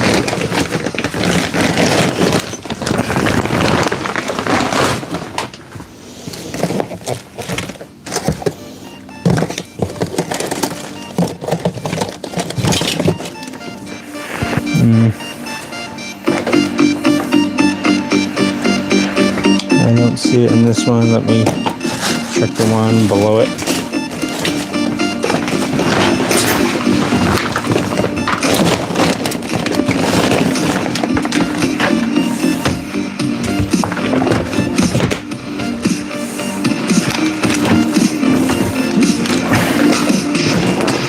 Yeah, unfortunately, guys, I have to work at the walnut factory on Thursdays. That's why I don't go live Thursdays. It's a really stressful job. Just peeling those walnuts by hand, it gets really, I mean, talk about back-breaking labor. I mean, if you've ever picked up an 80-pound sack of walnuts and hucked it over your shoulder and carried it up 6 flights of stairs up to your peeling station where you peel it by hand, then you'll know exactly what I'm talking about when I say that your knees are never going to forgive you for that. I mean, obviously, when you're peeling walnuts by hand, you have to be in a certain seated position just to save basically your posture. And it's really strenuous on your knees, guys. I mean, it's a full squat all the way down. Huh. That's not registering. These are all lights. These are not relays.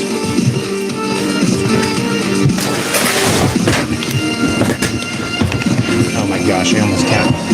This thing is about to make my spine break in half. Let me just double check this. It must be in here. Or, oh, you know what? I think I put it in a different tub. I was doing some cleaning, quote unquote cleaning, and I moved stuff into another tub. I forgot. Let me check that real quick. This is by far one of the most unorganized, filthy parts of Fang's garage, and it will be remedied at some point.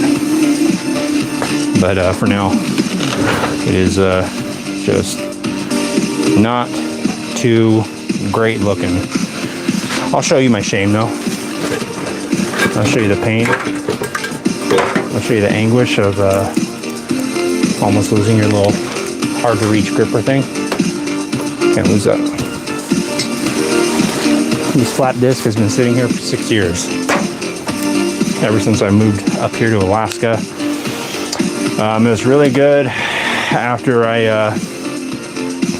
got out of my last job. I mean, it was rough. You thought the walnut factory was rough. I mean, I used to work at the mandarin orange factory, just manually sealing the little mandarin orange cups, the peeled mandarin oranges.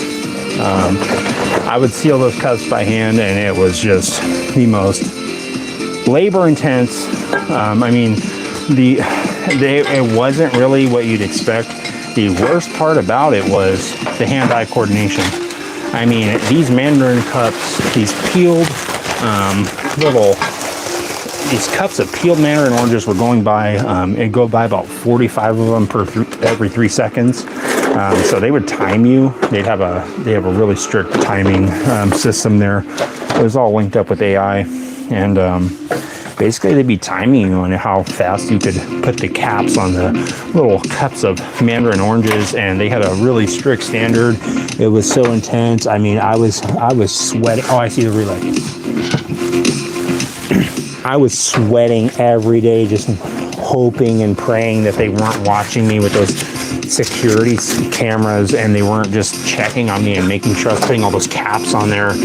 I mean, sometimes I would kind of miss, or the cap would be a little bit off, a little lid, and they would just get so mad. They'd lose it. They would call me in the office. They'd say, "What are you thinking? You can't be doing this. Why are you coming in to work with all these empty Mountain Dew cans in the back of your truck? Like, we know you're out there drinking Mountain Dews in the parking lot again." I said, "I'm not."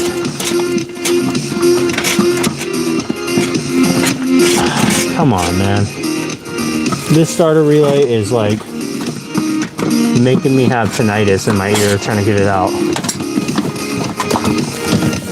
I got it.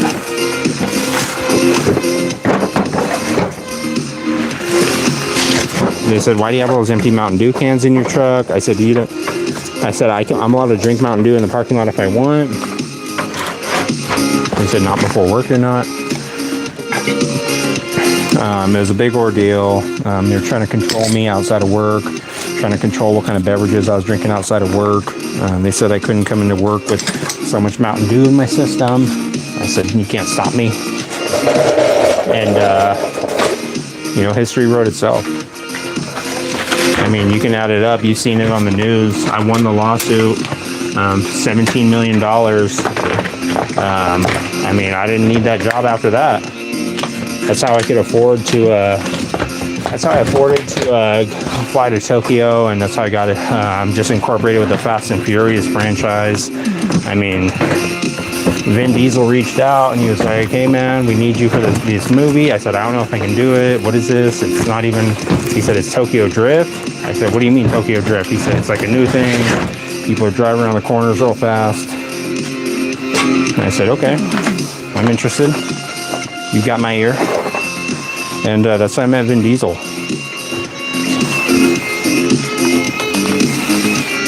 It's pretty much self-explanatory, guys. I got the LLH2K. That's 2000. Okay, so this is not some nonsense, cheap stuff. All right, this is the LLK2K. LH2K. All right, that's low level hertz, I believe. So that's what we're going to use on this thing.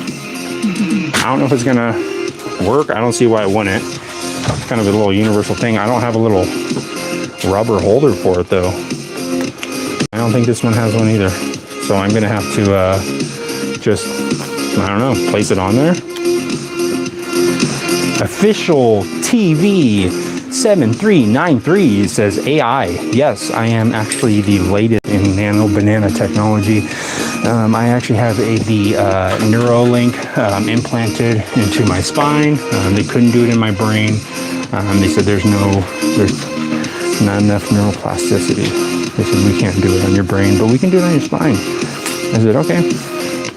I said so. Essentially, ChatGPT has my back at all times. They said yes, at all times. I said okay, good. So that's basically official TV. That's how it kind of worked out. So yes, you are correct. I am fully integrated with all AI systems. So let's see if this little vehicle will work. So I have to essentially just, I don't have the little rubber piece for the top of the battery. So I'm just going to zip tie it, and I will let my buddy know, hey man, you want to buy this little rubber piece? You put it on there. I'll show you. I'll come over to your house and show you how to do it. It'll take us about 20 seconds. Or I could just tell you how to do it. You can do it yourself. But yeah, I don't have that little rubber piece, and I don't think the little rubber piece is going to dictate whether or not this bike is functioning, or testable at least. Let me actually put these together.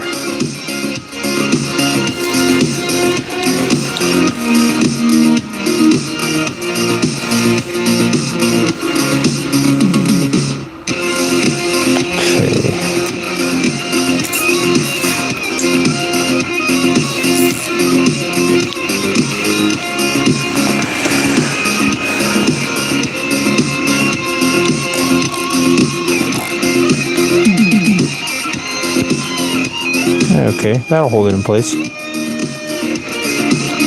And it looks highly professional from a very cheap perspective.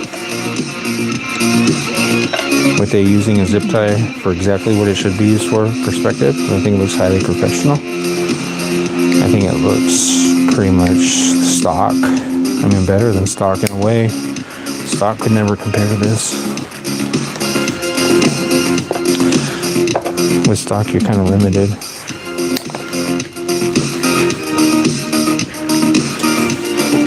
Grab my stripper. Grassbass says, duh, that's why he can fix anything. That's right, Grassbass. I am the MacGyver of motorcycles. They call me the sweet talker of scooters. I tell them all the right stuff. So is this up to Trust me, Grassbass, I tell them all the right stuff. What's this tool called Scribe for onboarding? Scribe? What's that? Okay. It's this tool that creates step-by-step guides while doing a test. Skip this real quick. So I just do the process as I normally would, Let me and skip this ad.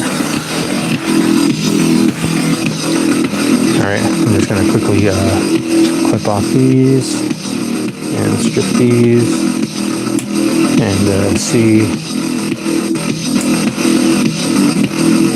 if I can get it to work. I'm going to have to check and see if I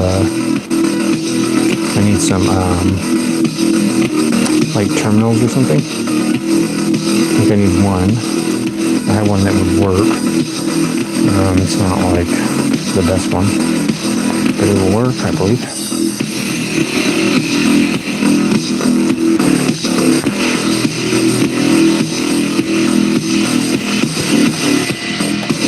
I'm going to guess that these are the starter buttons. I'm just gonna take a wild guess. Just cut this and just take a guess.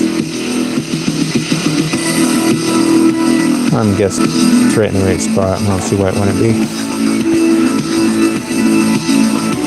If it's wired up correctly, that's a different story. And we'll see about that. Let's see, I guess I could in theory test it by getting this going. Let's see.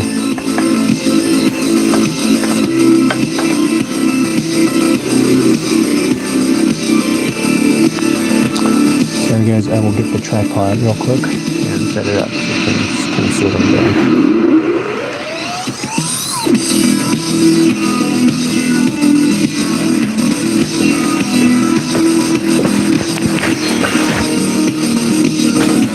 Tripod. There it is. All right. Get this on there.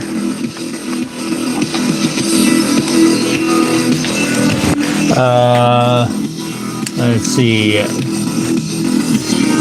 Chopper Miss Prime. I like that, Grass Bass.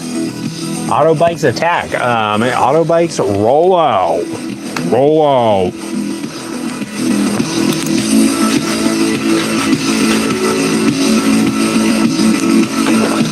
Oh, it looks like the jellyfish have fallen asleep at night. Alright. Get this tripod and I'll get it closer to the action. Let me see, do I have my terminals over there? Electrical terminals. Alright, I got one. Might have to modify it slightly.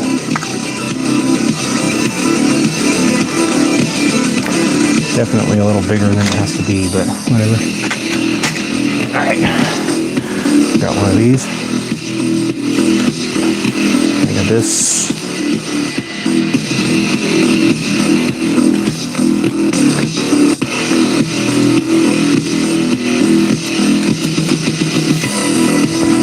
Alright. Let me get this over here.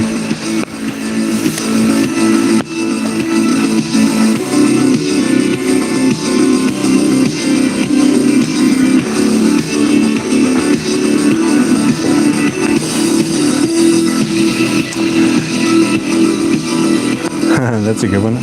Auto Bikes Burnout. That'd be sick. I've seen some Transformer motorcycle toys. I want to get. I saw a really cool old one, knockoff one. I'm gonna keep it at an ASMR whisper now, guys. I'm outside. I don't want to be too loud. So strap in. Put on your headphones. Grab your popcorn. Don't tell your mom what you're doing. She's not gonna understand. It's motorcycle ASMR. At Faye's garage. It's not like Steve's looking in the garage sometimes. Just wonder what it's like to ride to work in the garage. That's to wonder what your life is like. Sometimes he asks what is Grass Bass's life? What is his life like? And I said it's great. He's up in ice fishing, he's on vacation, he's hanging out. He's doing his thing. You know, he's living. I guess I'll like that. I guess I'll love that idea.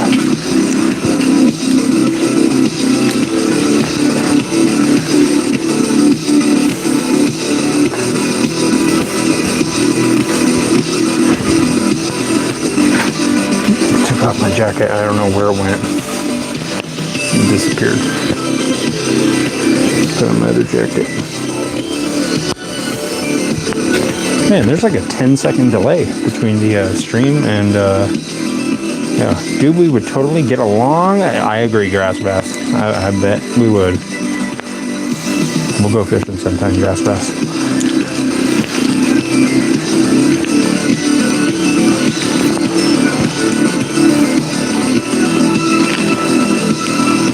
Alright, got these tiny little nuts and bolts. Gotta put them on there. I'll put it way out here. That looks cool.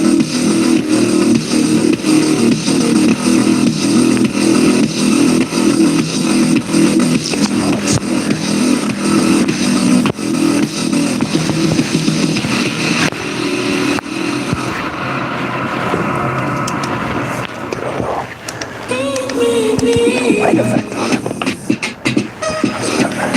What's that called? Can you tell what it is? Yeah, he looks good.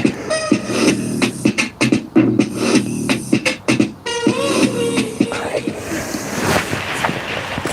Let me put these on. I know that moving the camera actually didn't let you see what I'm doing, but I mean, the shadow, this shadow right here, it looks so cool. So I was like, I gotta just suck it up. You gotta just suck it up again. That's what I always say. I always say just grit your teeth and shove in. And you just suck it up. The killers just suck it up. Get over it.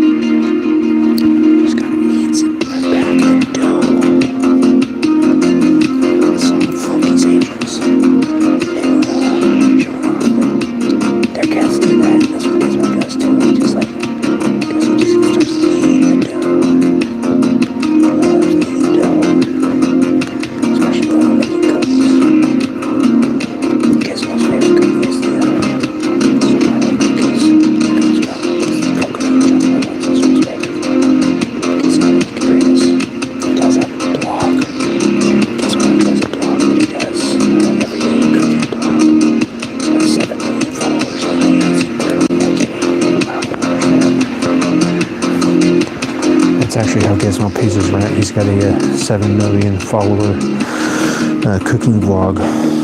What's it's called Gizmo's Cooks. Yeah, I said that's not a great creative name. He said it doesn't matter, it works. I said, alright. I said, okay. If it works, it works, dude. I mean, you're making like 7 figures a month. Okay, you can understand why you got all this money. He said he's investing in koi fish. I said, what? He said he's got a 20-acre pond out there in Las Vegas where it's just all koi fish that can be professionally raised by a bunch of corporate breeders. It's really exotic koi fish. I could have sworn it just saw the alien. It was just maybe a cloud. But yeah, he's just raising these really expensive koi fish. He spent like I said, he barely makes rent, but he makes 7 figures a month. So he's spending a lot on these koi fish. I don't know what his plan is. So we have to know his koi fish, dude. This is insane. He can't be spending this kind of money on koi fish right now. He can barely pay rent. We've been eating nothing but the Kraft Easy Mac for the last month. Every meal, Kraft Easy Mac, Kraft Easy Mac, Kraft Easy Mac. Just so that Gizmo can afford to keep buying these koi fish.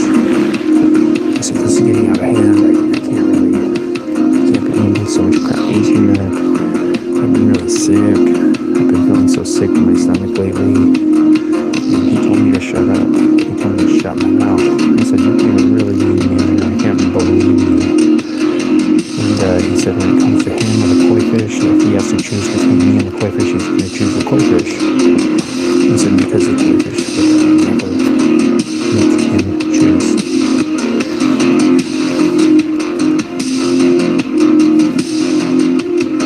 So he does have a point there.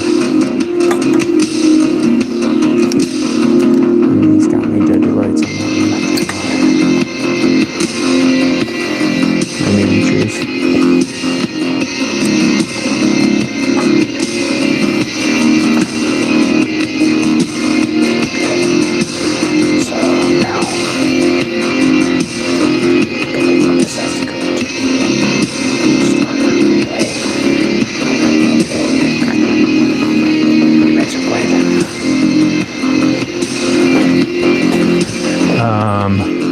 Let's see. Burla Irvine says, is that Gremlin from the 90s?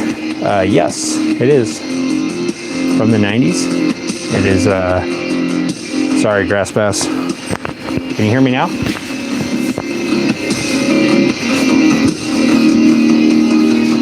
Let me turn on the music a little bit.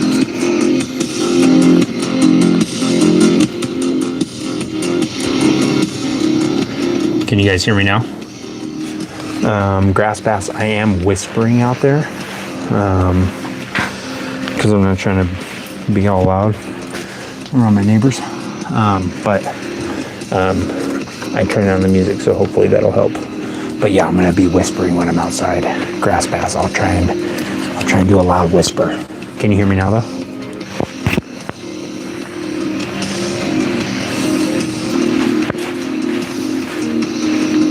What's going on, Bola Irvine? How you doing, Bola? Bula?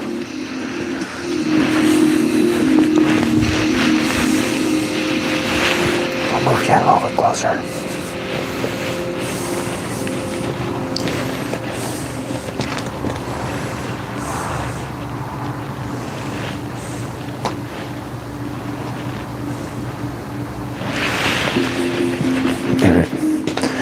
Let's strip this wire real quick.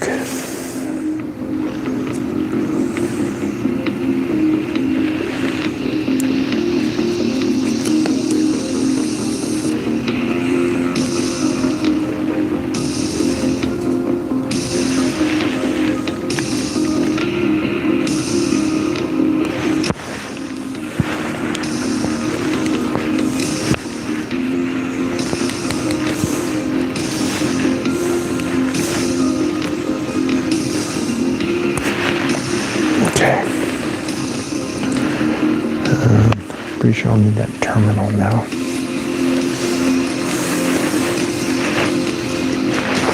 Let's see, where did I put that thing?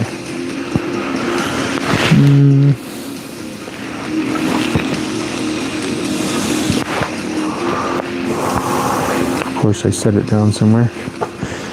Maybe under here? No. Maybe.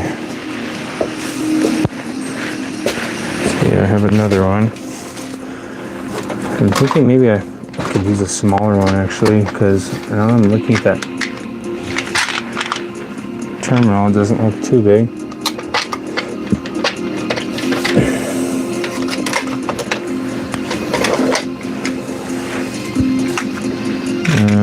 Let's see. I don't think I have actually one of those.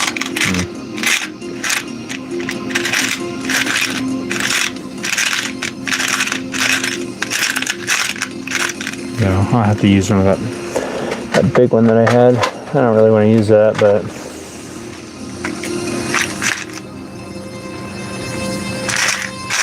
it's kind of insanely big or bulky or heavy duty. I don't even know if I'll be able to crimp this thing. It's like I'll have to use all this strength I have left in me for the rest of my life to crimp this thing.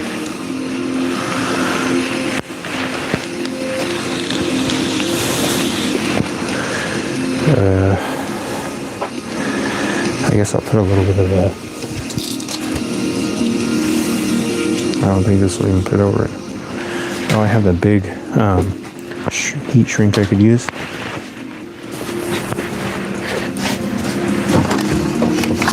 It's insanely big heat shrink, 1 inch. Maybe a little bit smaller than that. Just a little more narrow than that.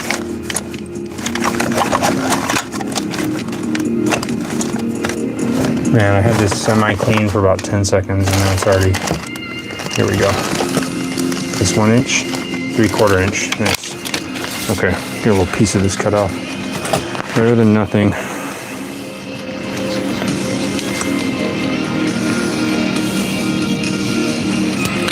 Let's bring the scissors with me. And grab a lighter.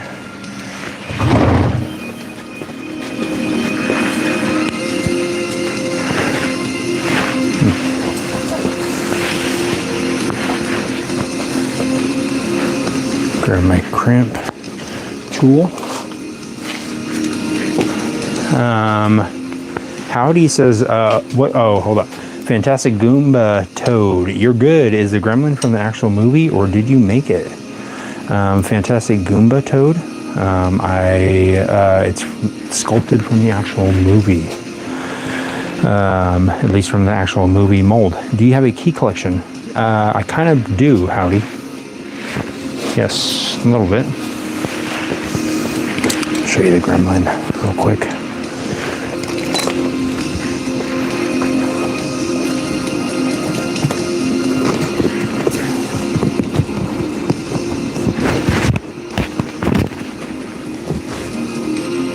Got anything to eat? I'm hungry. Hungry.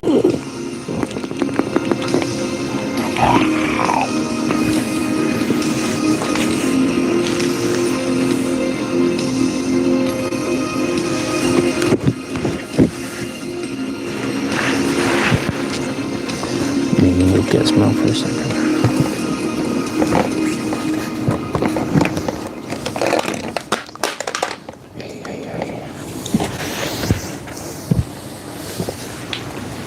I'm trying to keep it quiet out here, guys. I'm doing a very good job. Like you've never seen before. Your all-in-one writing essential. Recycling is great for bottles, borrowed sentences. Grammarly's plagiarism checker helps you stay original by checking borrowed lines before they slip through. Here's how it works.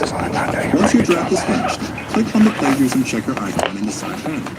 It checks the writing against a massive database and flags any copied phrases, complete with the percentage and direct links to sources. Tom doesn't like to comply. Way easier than wasting energy by clicking around, trying to find the source. No recycled lines, no copy-paste scraps. There we go. Grammarly's plagiarism checker keeps your writing Can't even fresh. see him. That's okay. Again, I did try.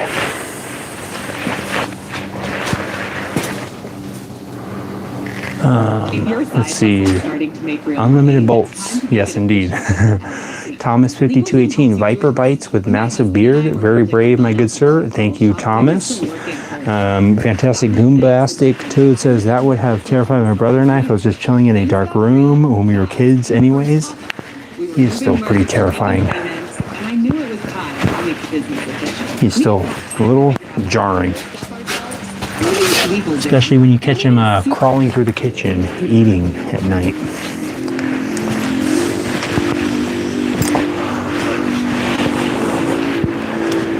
Alright, let's see if this works.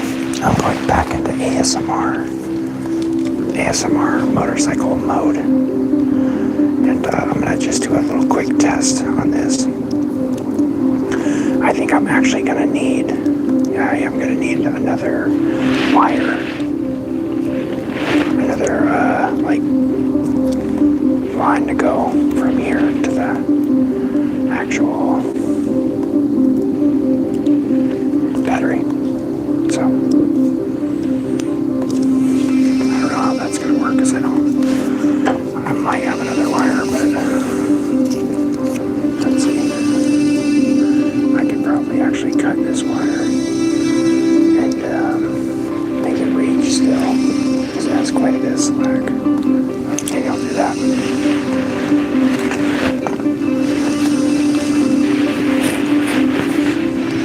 It's reaching all the way up here, so I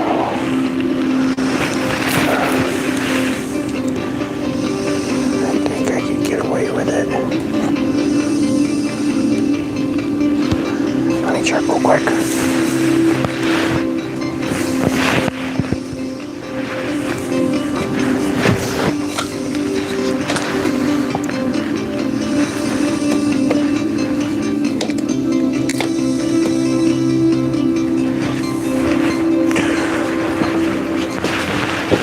I might actually, now that I think about it, I might actually have a battery cable in here. Dang, it's getting late.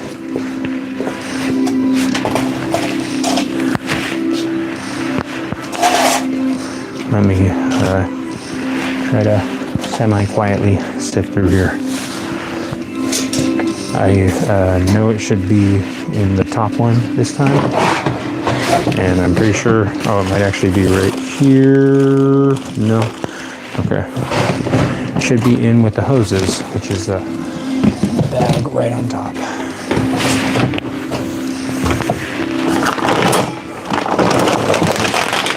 Cables are nice. I do have some. I didn't have.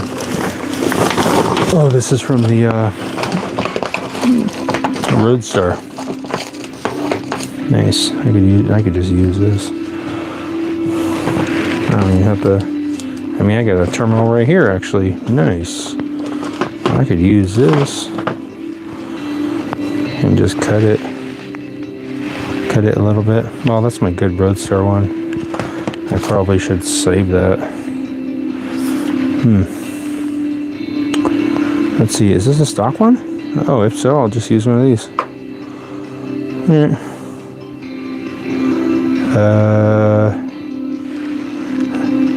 Looks like they actually soldered it on there, so who knows if I'll be able to get it off there. I don't have any real good solder to replace it with. I could try. I'll just do this for testing purposes and see, because I'm pretty close to getting to that moment. Alright, let's just test it.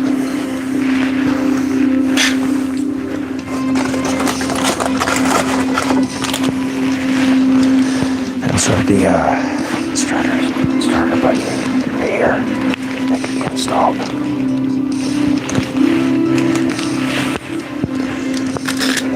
Alright.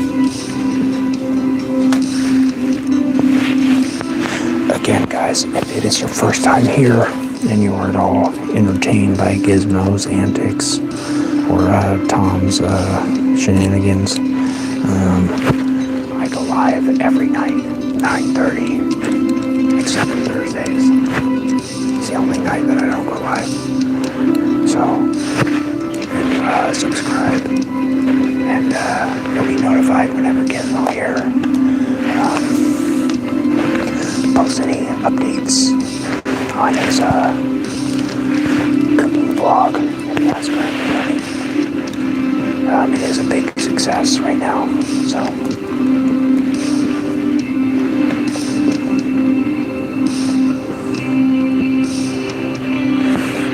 Now look who's monitoring who.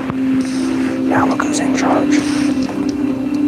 Who's the big man now?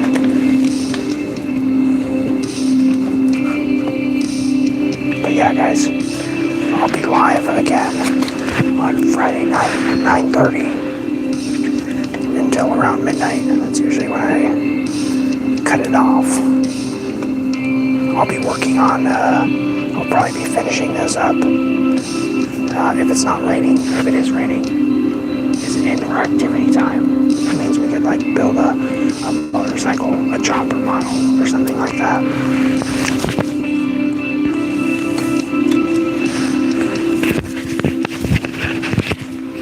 1 second, guys. I'm gonna put the mic on my beard, and hopefully it'll be a little more intimate. It'll be a little more clear. I'll see if it'll hold on there. That's pretty good. You might occasionally hear the clanging of my piercings hitting together. I had them specially made and tuned at a specific frequency to make you feel calm and relaxed and at ease.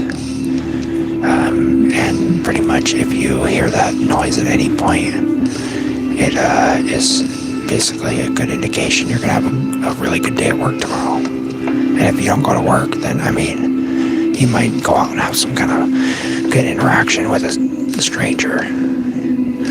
They might see you walking on the street, and they might say, "Hey, I got some extra donut holes. Do you want one?" And you say, "Yeah, where'd you get them from?" And I'll say, "I just found them I found them next to a trash can over there by the bus stop." And you'll say, "Well, are they stale or are they still good?" And you'll say, "No, they're still good. I think somebody just forgot them there when they got on the bus." They're like, "All right, great. Like, you got anything to drink?" And they'll probably say, "Yeah, I got some milk. Actually, this is milk from yesterday, but if you want some, you can have some." You could say, "Well, I mean, It's probably still good, and I just had the donut holes. It's probably not the worst idea to get some milk with it. You got some milk. I mean, we're talking about, we're not building motorcycles here, we're building friendships. That's really what it is. If you want to know the truth, that's what it is. It's not about the bikes. It's not about the gremlins. It's not about Courtney's previous career at Snapple. It's not about that. The real Snapple fact is, it's all about friendship. It's about just hanging out, being buddies, learning things, laughing, live, laugh, love. I mean, that's basically what it really comes down to. It sounds cheesy, but it really is. If you're living, and you're laughing, and you're loving it, you're probably at McDonald's having a Happy Meal. And I mean, who's in a bad mood when they have a Happy Meal? I don't care what age you are. I don't care what it is. When you get the toy, and you look at it, and you see that little cardboard box, and it's smiling at you, you can't help but smile back. That's where the Goldfish company actually got their slogan. It was actually created by my uncle. His name is Phil Mignum. He is a big time jingle writer in the late 80s. And he, of course, wrote The Snack That Smiles Back, Goldfish. So, I mean, history writes itself, guys. I'm starting to realize also that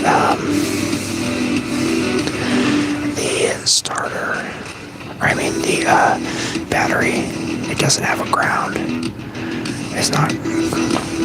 Oh wait, maybe it is grounded. Maybe it's grounded up front. Okay, I'm gonna do a quick test on this, guys.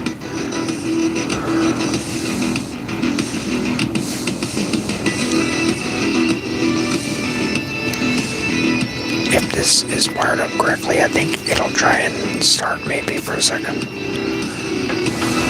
I'm gonna see.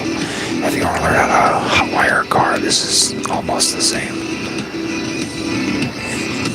In the completely wrong way to do it, that is. Oh wait, I think I need one more wire to be attached. Try this. There's one more wire, I think.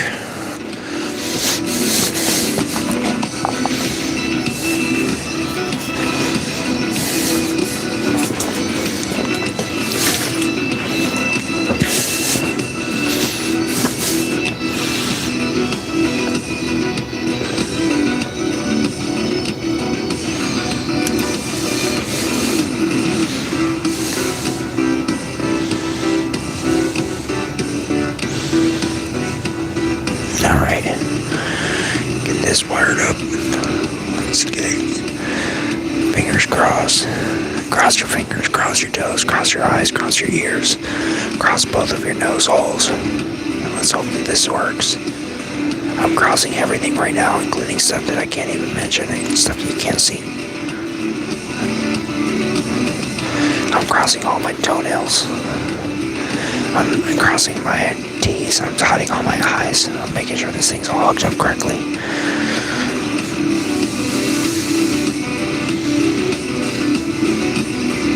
If I hooked up correctly, I mean it's just barely held together with like tape and a little bit of hope. Let's hope that this makes a difference.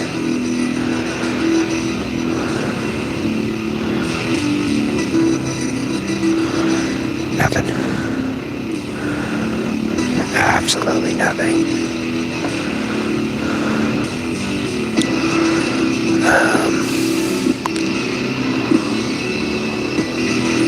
Oh.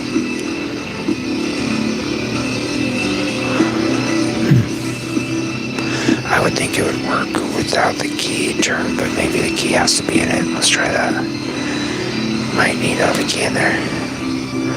I would have thought it would have just manually worked, but it could be that the key needs to be in. Uh-oh. There there goes the timer.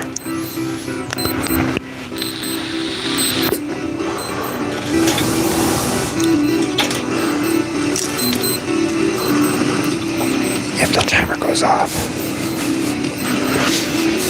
you know what that means. You can't see it. Oh well.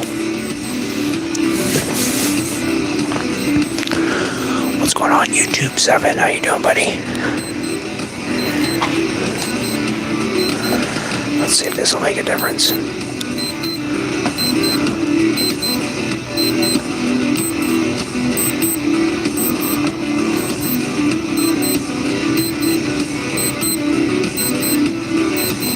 It made no difference.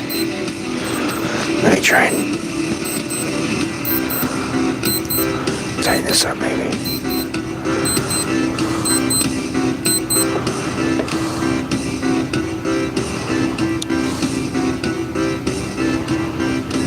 Let's see. Try it like this and jump it. See if it'll. If I could possibly jump it across the terminals. Okay, that's good. That means that I just need to figure out how to wire it up. Put the power jumping across there. And this working. That means I just have to figure out these two wires. This is more than just a truck. Now, dear, settle in. This story begins long ago in a world of wonder. Try Natural Reader for free today.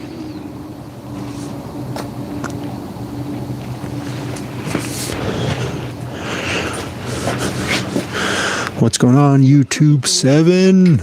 If you love chaos, you are at the right location. So I'm going to move this inside so I can talk a little bit louder. I don't want to be a complete jerk to my neighbors. Sorry about all the movement with the camera, guys. So it looks like the wiring is good, kind of. The starter relay is kind of working. I just have to figure out those two wires. I think maybe the switch has to be on there or something, or the starter button. But I have to basically mess with the terminals, all that. But for the most part, it looks like it's working. So that's a good sign. I'm gonna quietly put this away. Let me move this back over here.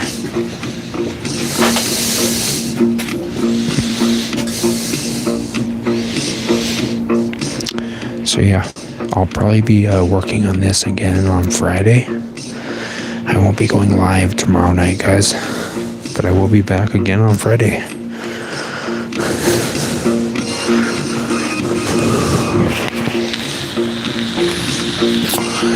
Back to the whisper.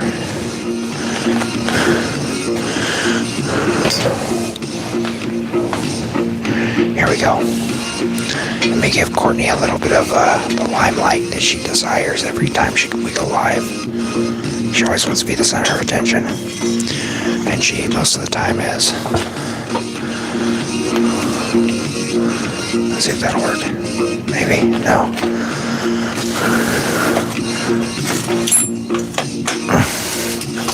How about this?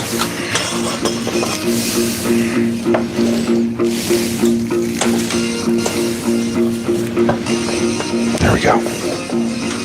I think that'll work. It's good. How's that?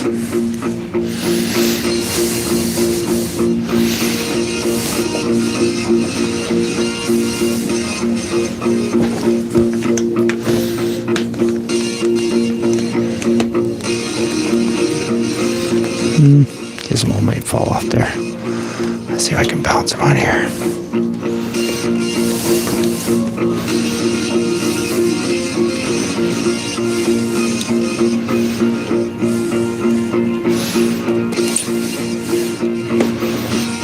Good enough.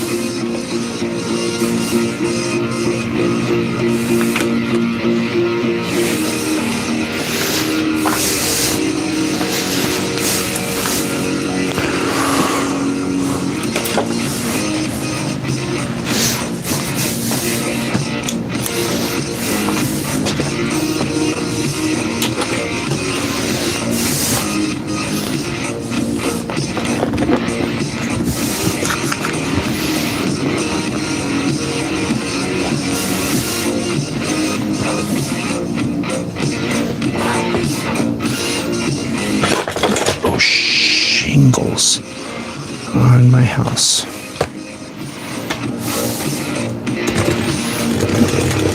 Alright, Courtney, you're gonna have to make a little attitude adjustment, or else you will have to be sitting on the floor. There we go. That's it. That's it. Pull it together.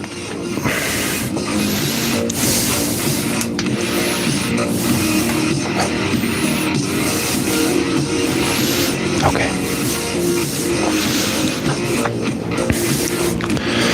Let me take this off here,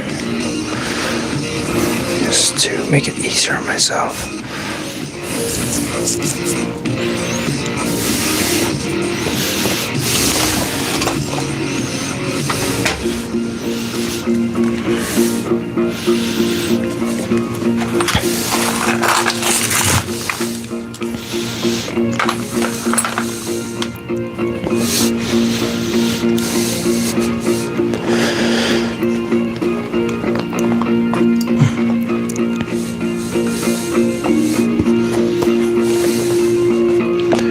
Put the seat back on.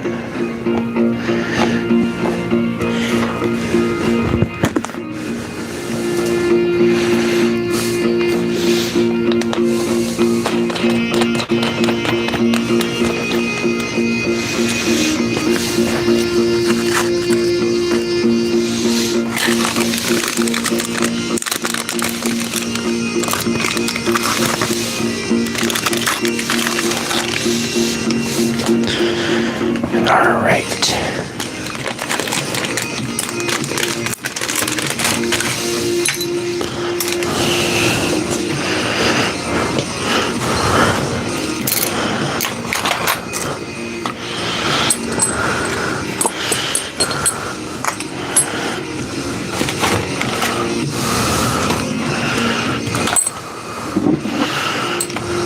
Wow. At least one project is finally finished. That's good. Oh crap. I forgot I wanted to take the seat off of the scooter. The seat pan.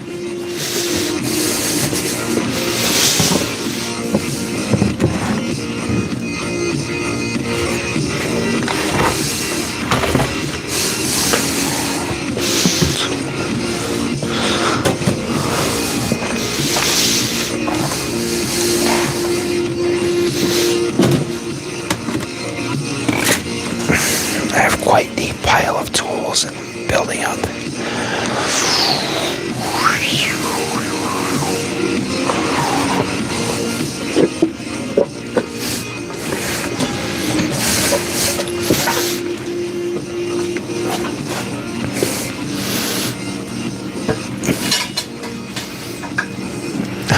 YouTube says, first time I noticed that baby hanging from the ceiling. Yeah, that baby crawled up there a couple months ago. I can't get it to come down. I've tried to hit it down with a broom, all sorts of stuff. I can't get it to get down. It's stuck up there. It crawled up there. It won't come down. It tries to bite me every time I try and get it down. And it's got real sharp teeth. Surprisingly, for a baby, it has a really sharp teeth. Like, surprisingly sharp. I know that baby teeth are normally sharp, but these are ones that are like particularly sharp.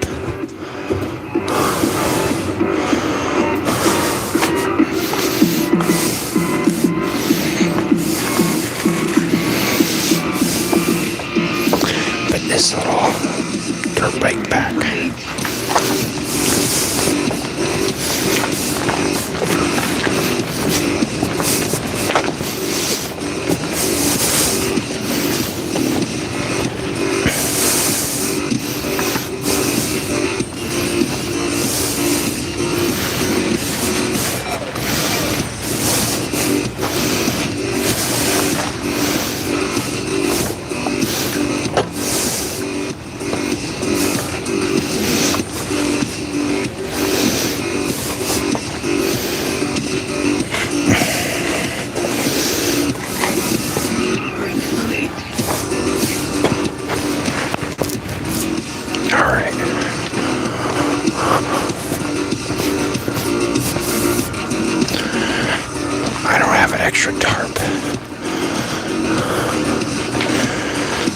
So I'm gonna have to maybe like move.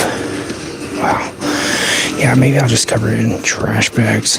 I don't want to leave the scooter completely exposed, but I'm thinking I could probably cover it in trash bags and it'll be okay.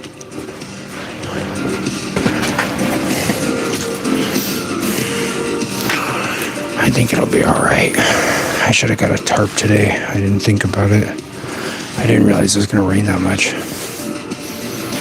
See you later, Gary. Have a good night.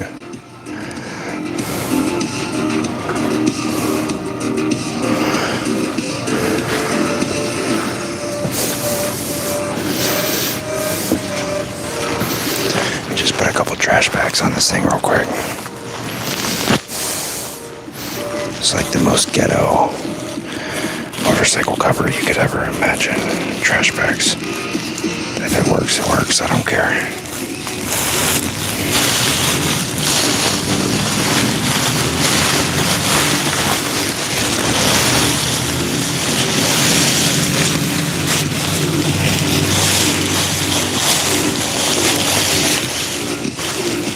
As long as it keeps most of the rain off. That's all I want.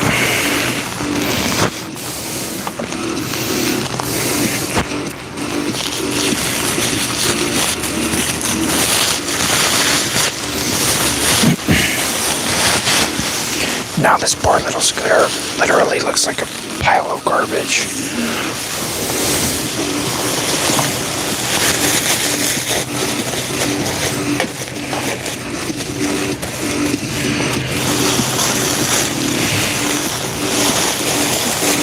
I feel like I literally trashed this scooter now.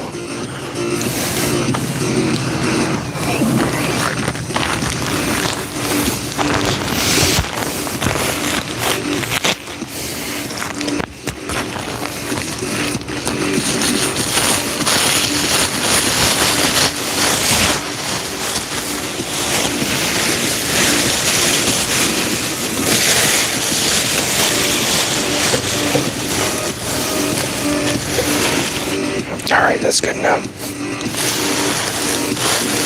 Just gonna keep it kind of dry. Just dry enough. And keep it just dry enough. 3 trash bags seems to be the way to do it. Let me just run and put this oil on the side real quick before it gets rained in.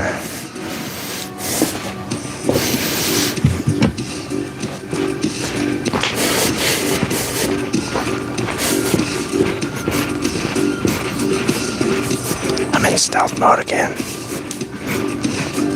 Sorry guys.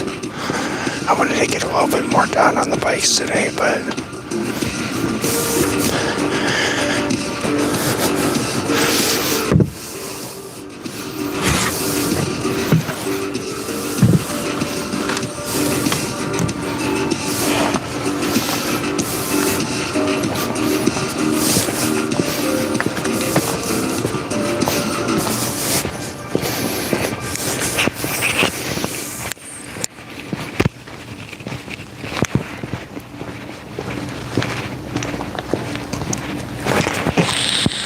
life is hard enough. Getting an education doesn't help. This winter, get ahead of secure learning 70 plus. But yeah, hopefully on Friday I will get the. Let me wait for this commercial. Hopefully on Friday on the next live, I'll finish up the SR150. And then maybe I'll deliver it to my buddy on Saturday.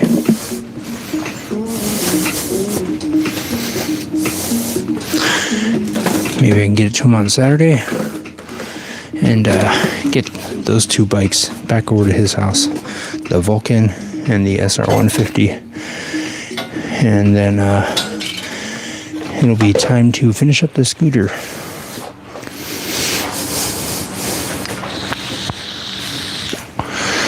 Maybe get the kill switch diagnosed.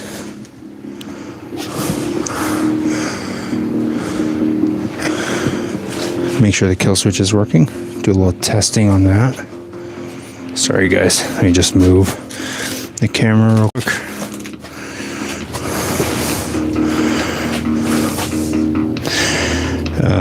Do a little testing on the kill switch next time for the scooter and see if that's the problem with the spark.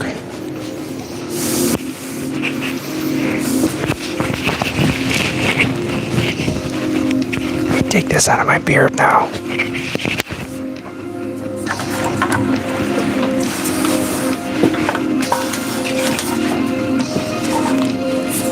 Whoa, how'd you do that, Boomer Tuber? That's cool.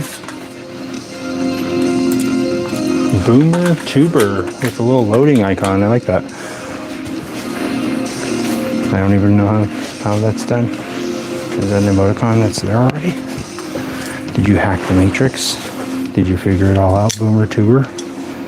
Are you the one? The chosen one? Boomer Tuber? Is it you? Chosen one! Chosen! I'm coming! Chosen one! I'm coming! You guys ever watch Kung Pao? There's also a movie I used to giggle at. I had maybe 5 DVDs for a long time. That was one of them. That was actually one of the ones I went out and purchased with my own money. I said, I have $22.99, I can buy a DVD. I'm gonna buy the Kung Pao DVD. And I did. And now look at me. Now look at what I've become. I've become what I've always wanted to be. I've become me.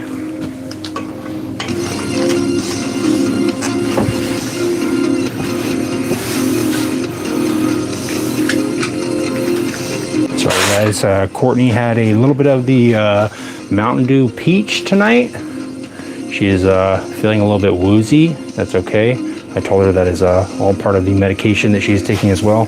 She's on a new skin regime. So, yeah. It's to be expected. I mean, they thought maybe she was born with it. They realized it was just Maybelline. So they had to get her on a skin regimen to keep up with her youthful looks. She, of course, is 80 years old, but she looks like she's no more than 22, I'd say. I mean, just judging by just her haircut alone, she could pass for 22 any day. I'm cool with that. Like I said before, guys, she's just here for the eye candy. She's not here for technical support or anything like that, although she does play a critical role in the infrastructure here at Fang's Garage, as does Gizmo. Gizmo is, of course, the explosives expert, and Tom here is in charge of sandwiches. I love me some bologna, bologna, bologna, bologna. Tom is going to be here on Friday, as well as Courtney here, and Gizmo is going to be here on Friday as well, guys. I go live every night around 9:30, except for Thursdays, because we hate Thursdays around here. Thanks, Floki's Angels. We love you too, buddy. Joe Parzi. An enema is a procedure that involves injecting fluid into the rectum to clear the bowels. Joe, we love enemas here. Yeah, let me insert that enema real quick. It's for your health. It's really healthy for you. Let me do it. We actually support healthy living here at Fang's Garage. And guys, thanks for all the likes, all the comments. We'll be back again on Friday night, 9:30, fixing the scooters, fixing the dirt bikes, getting into trouble. And we'll be egging houses tonight and throwing toilet paper at people passing by on the subway. So that's Tom's idea, and he wants to do it. So it's his night tonight, guys. It's his plan, so that's what we're going to do, guys. Thanks for stopping by. It's Fang's Garage. Don't be too weird without us. We'll be drinking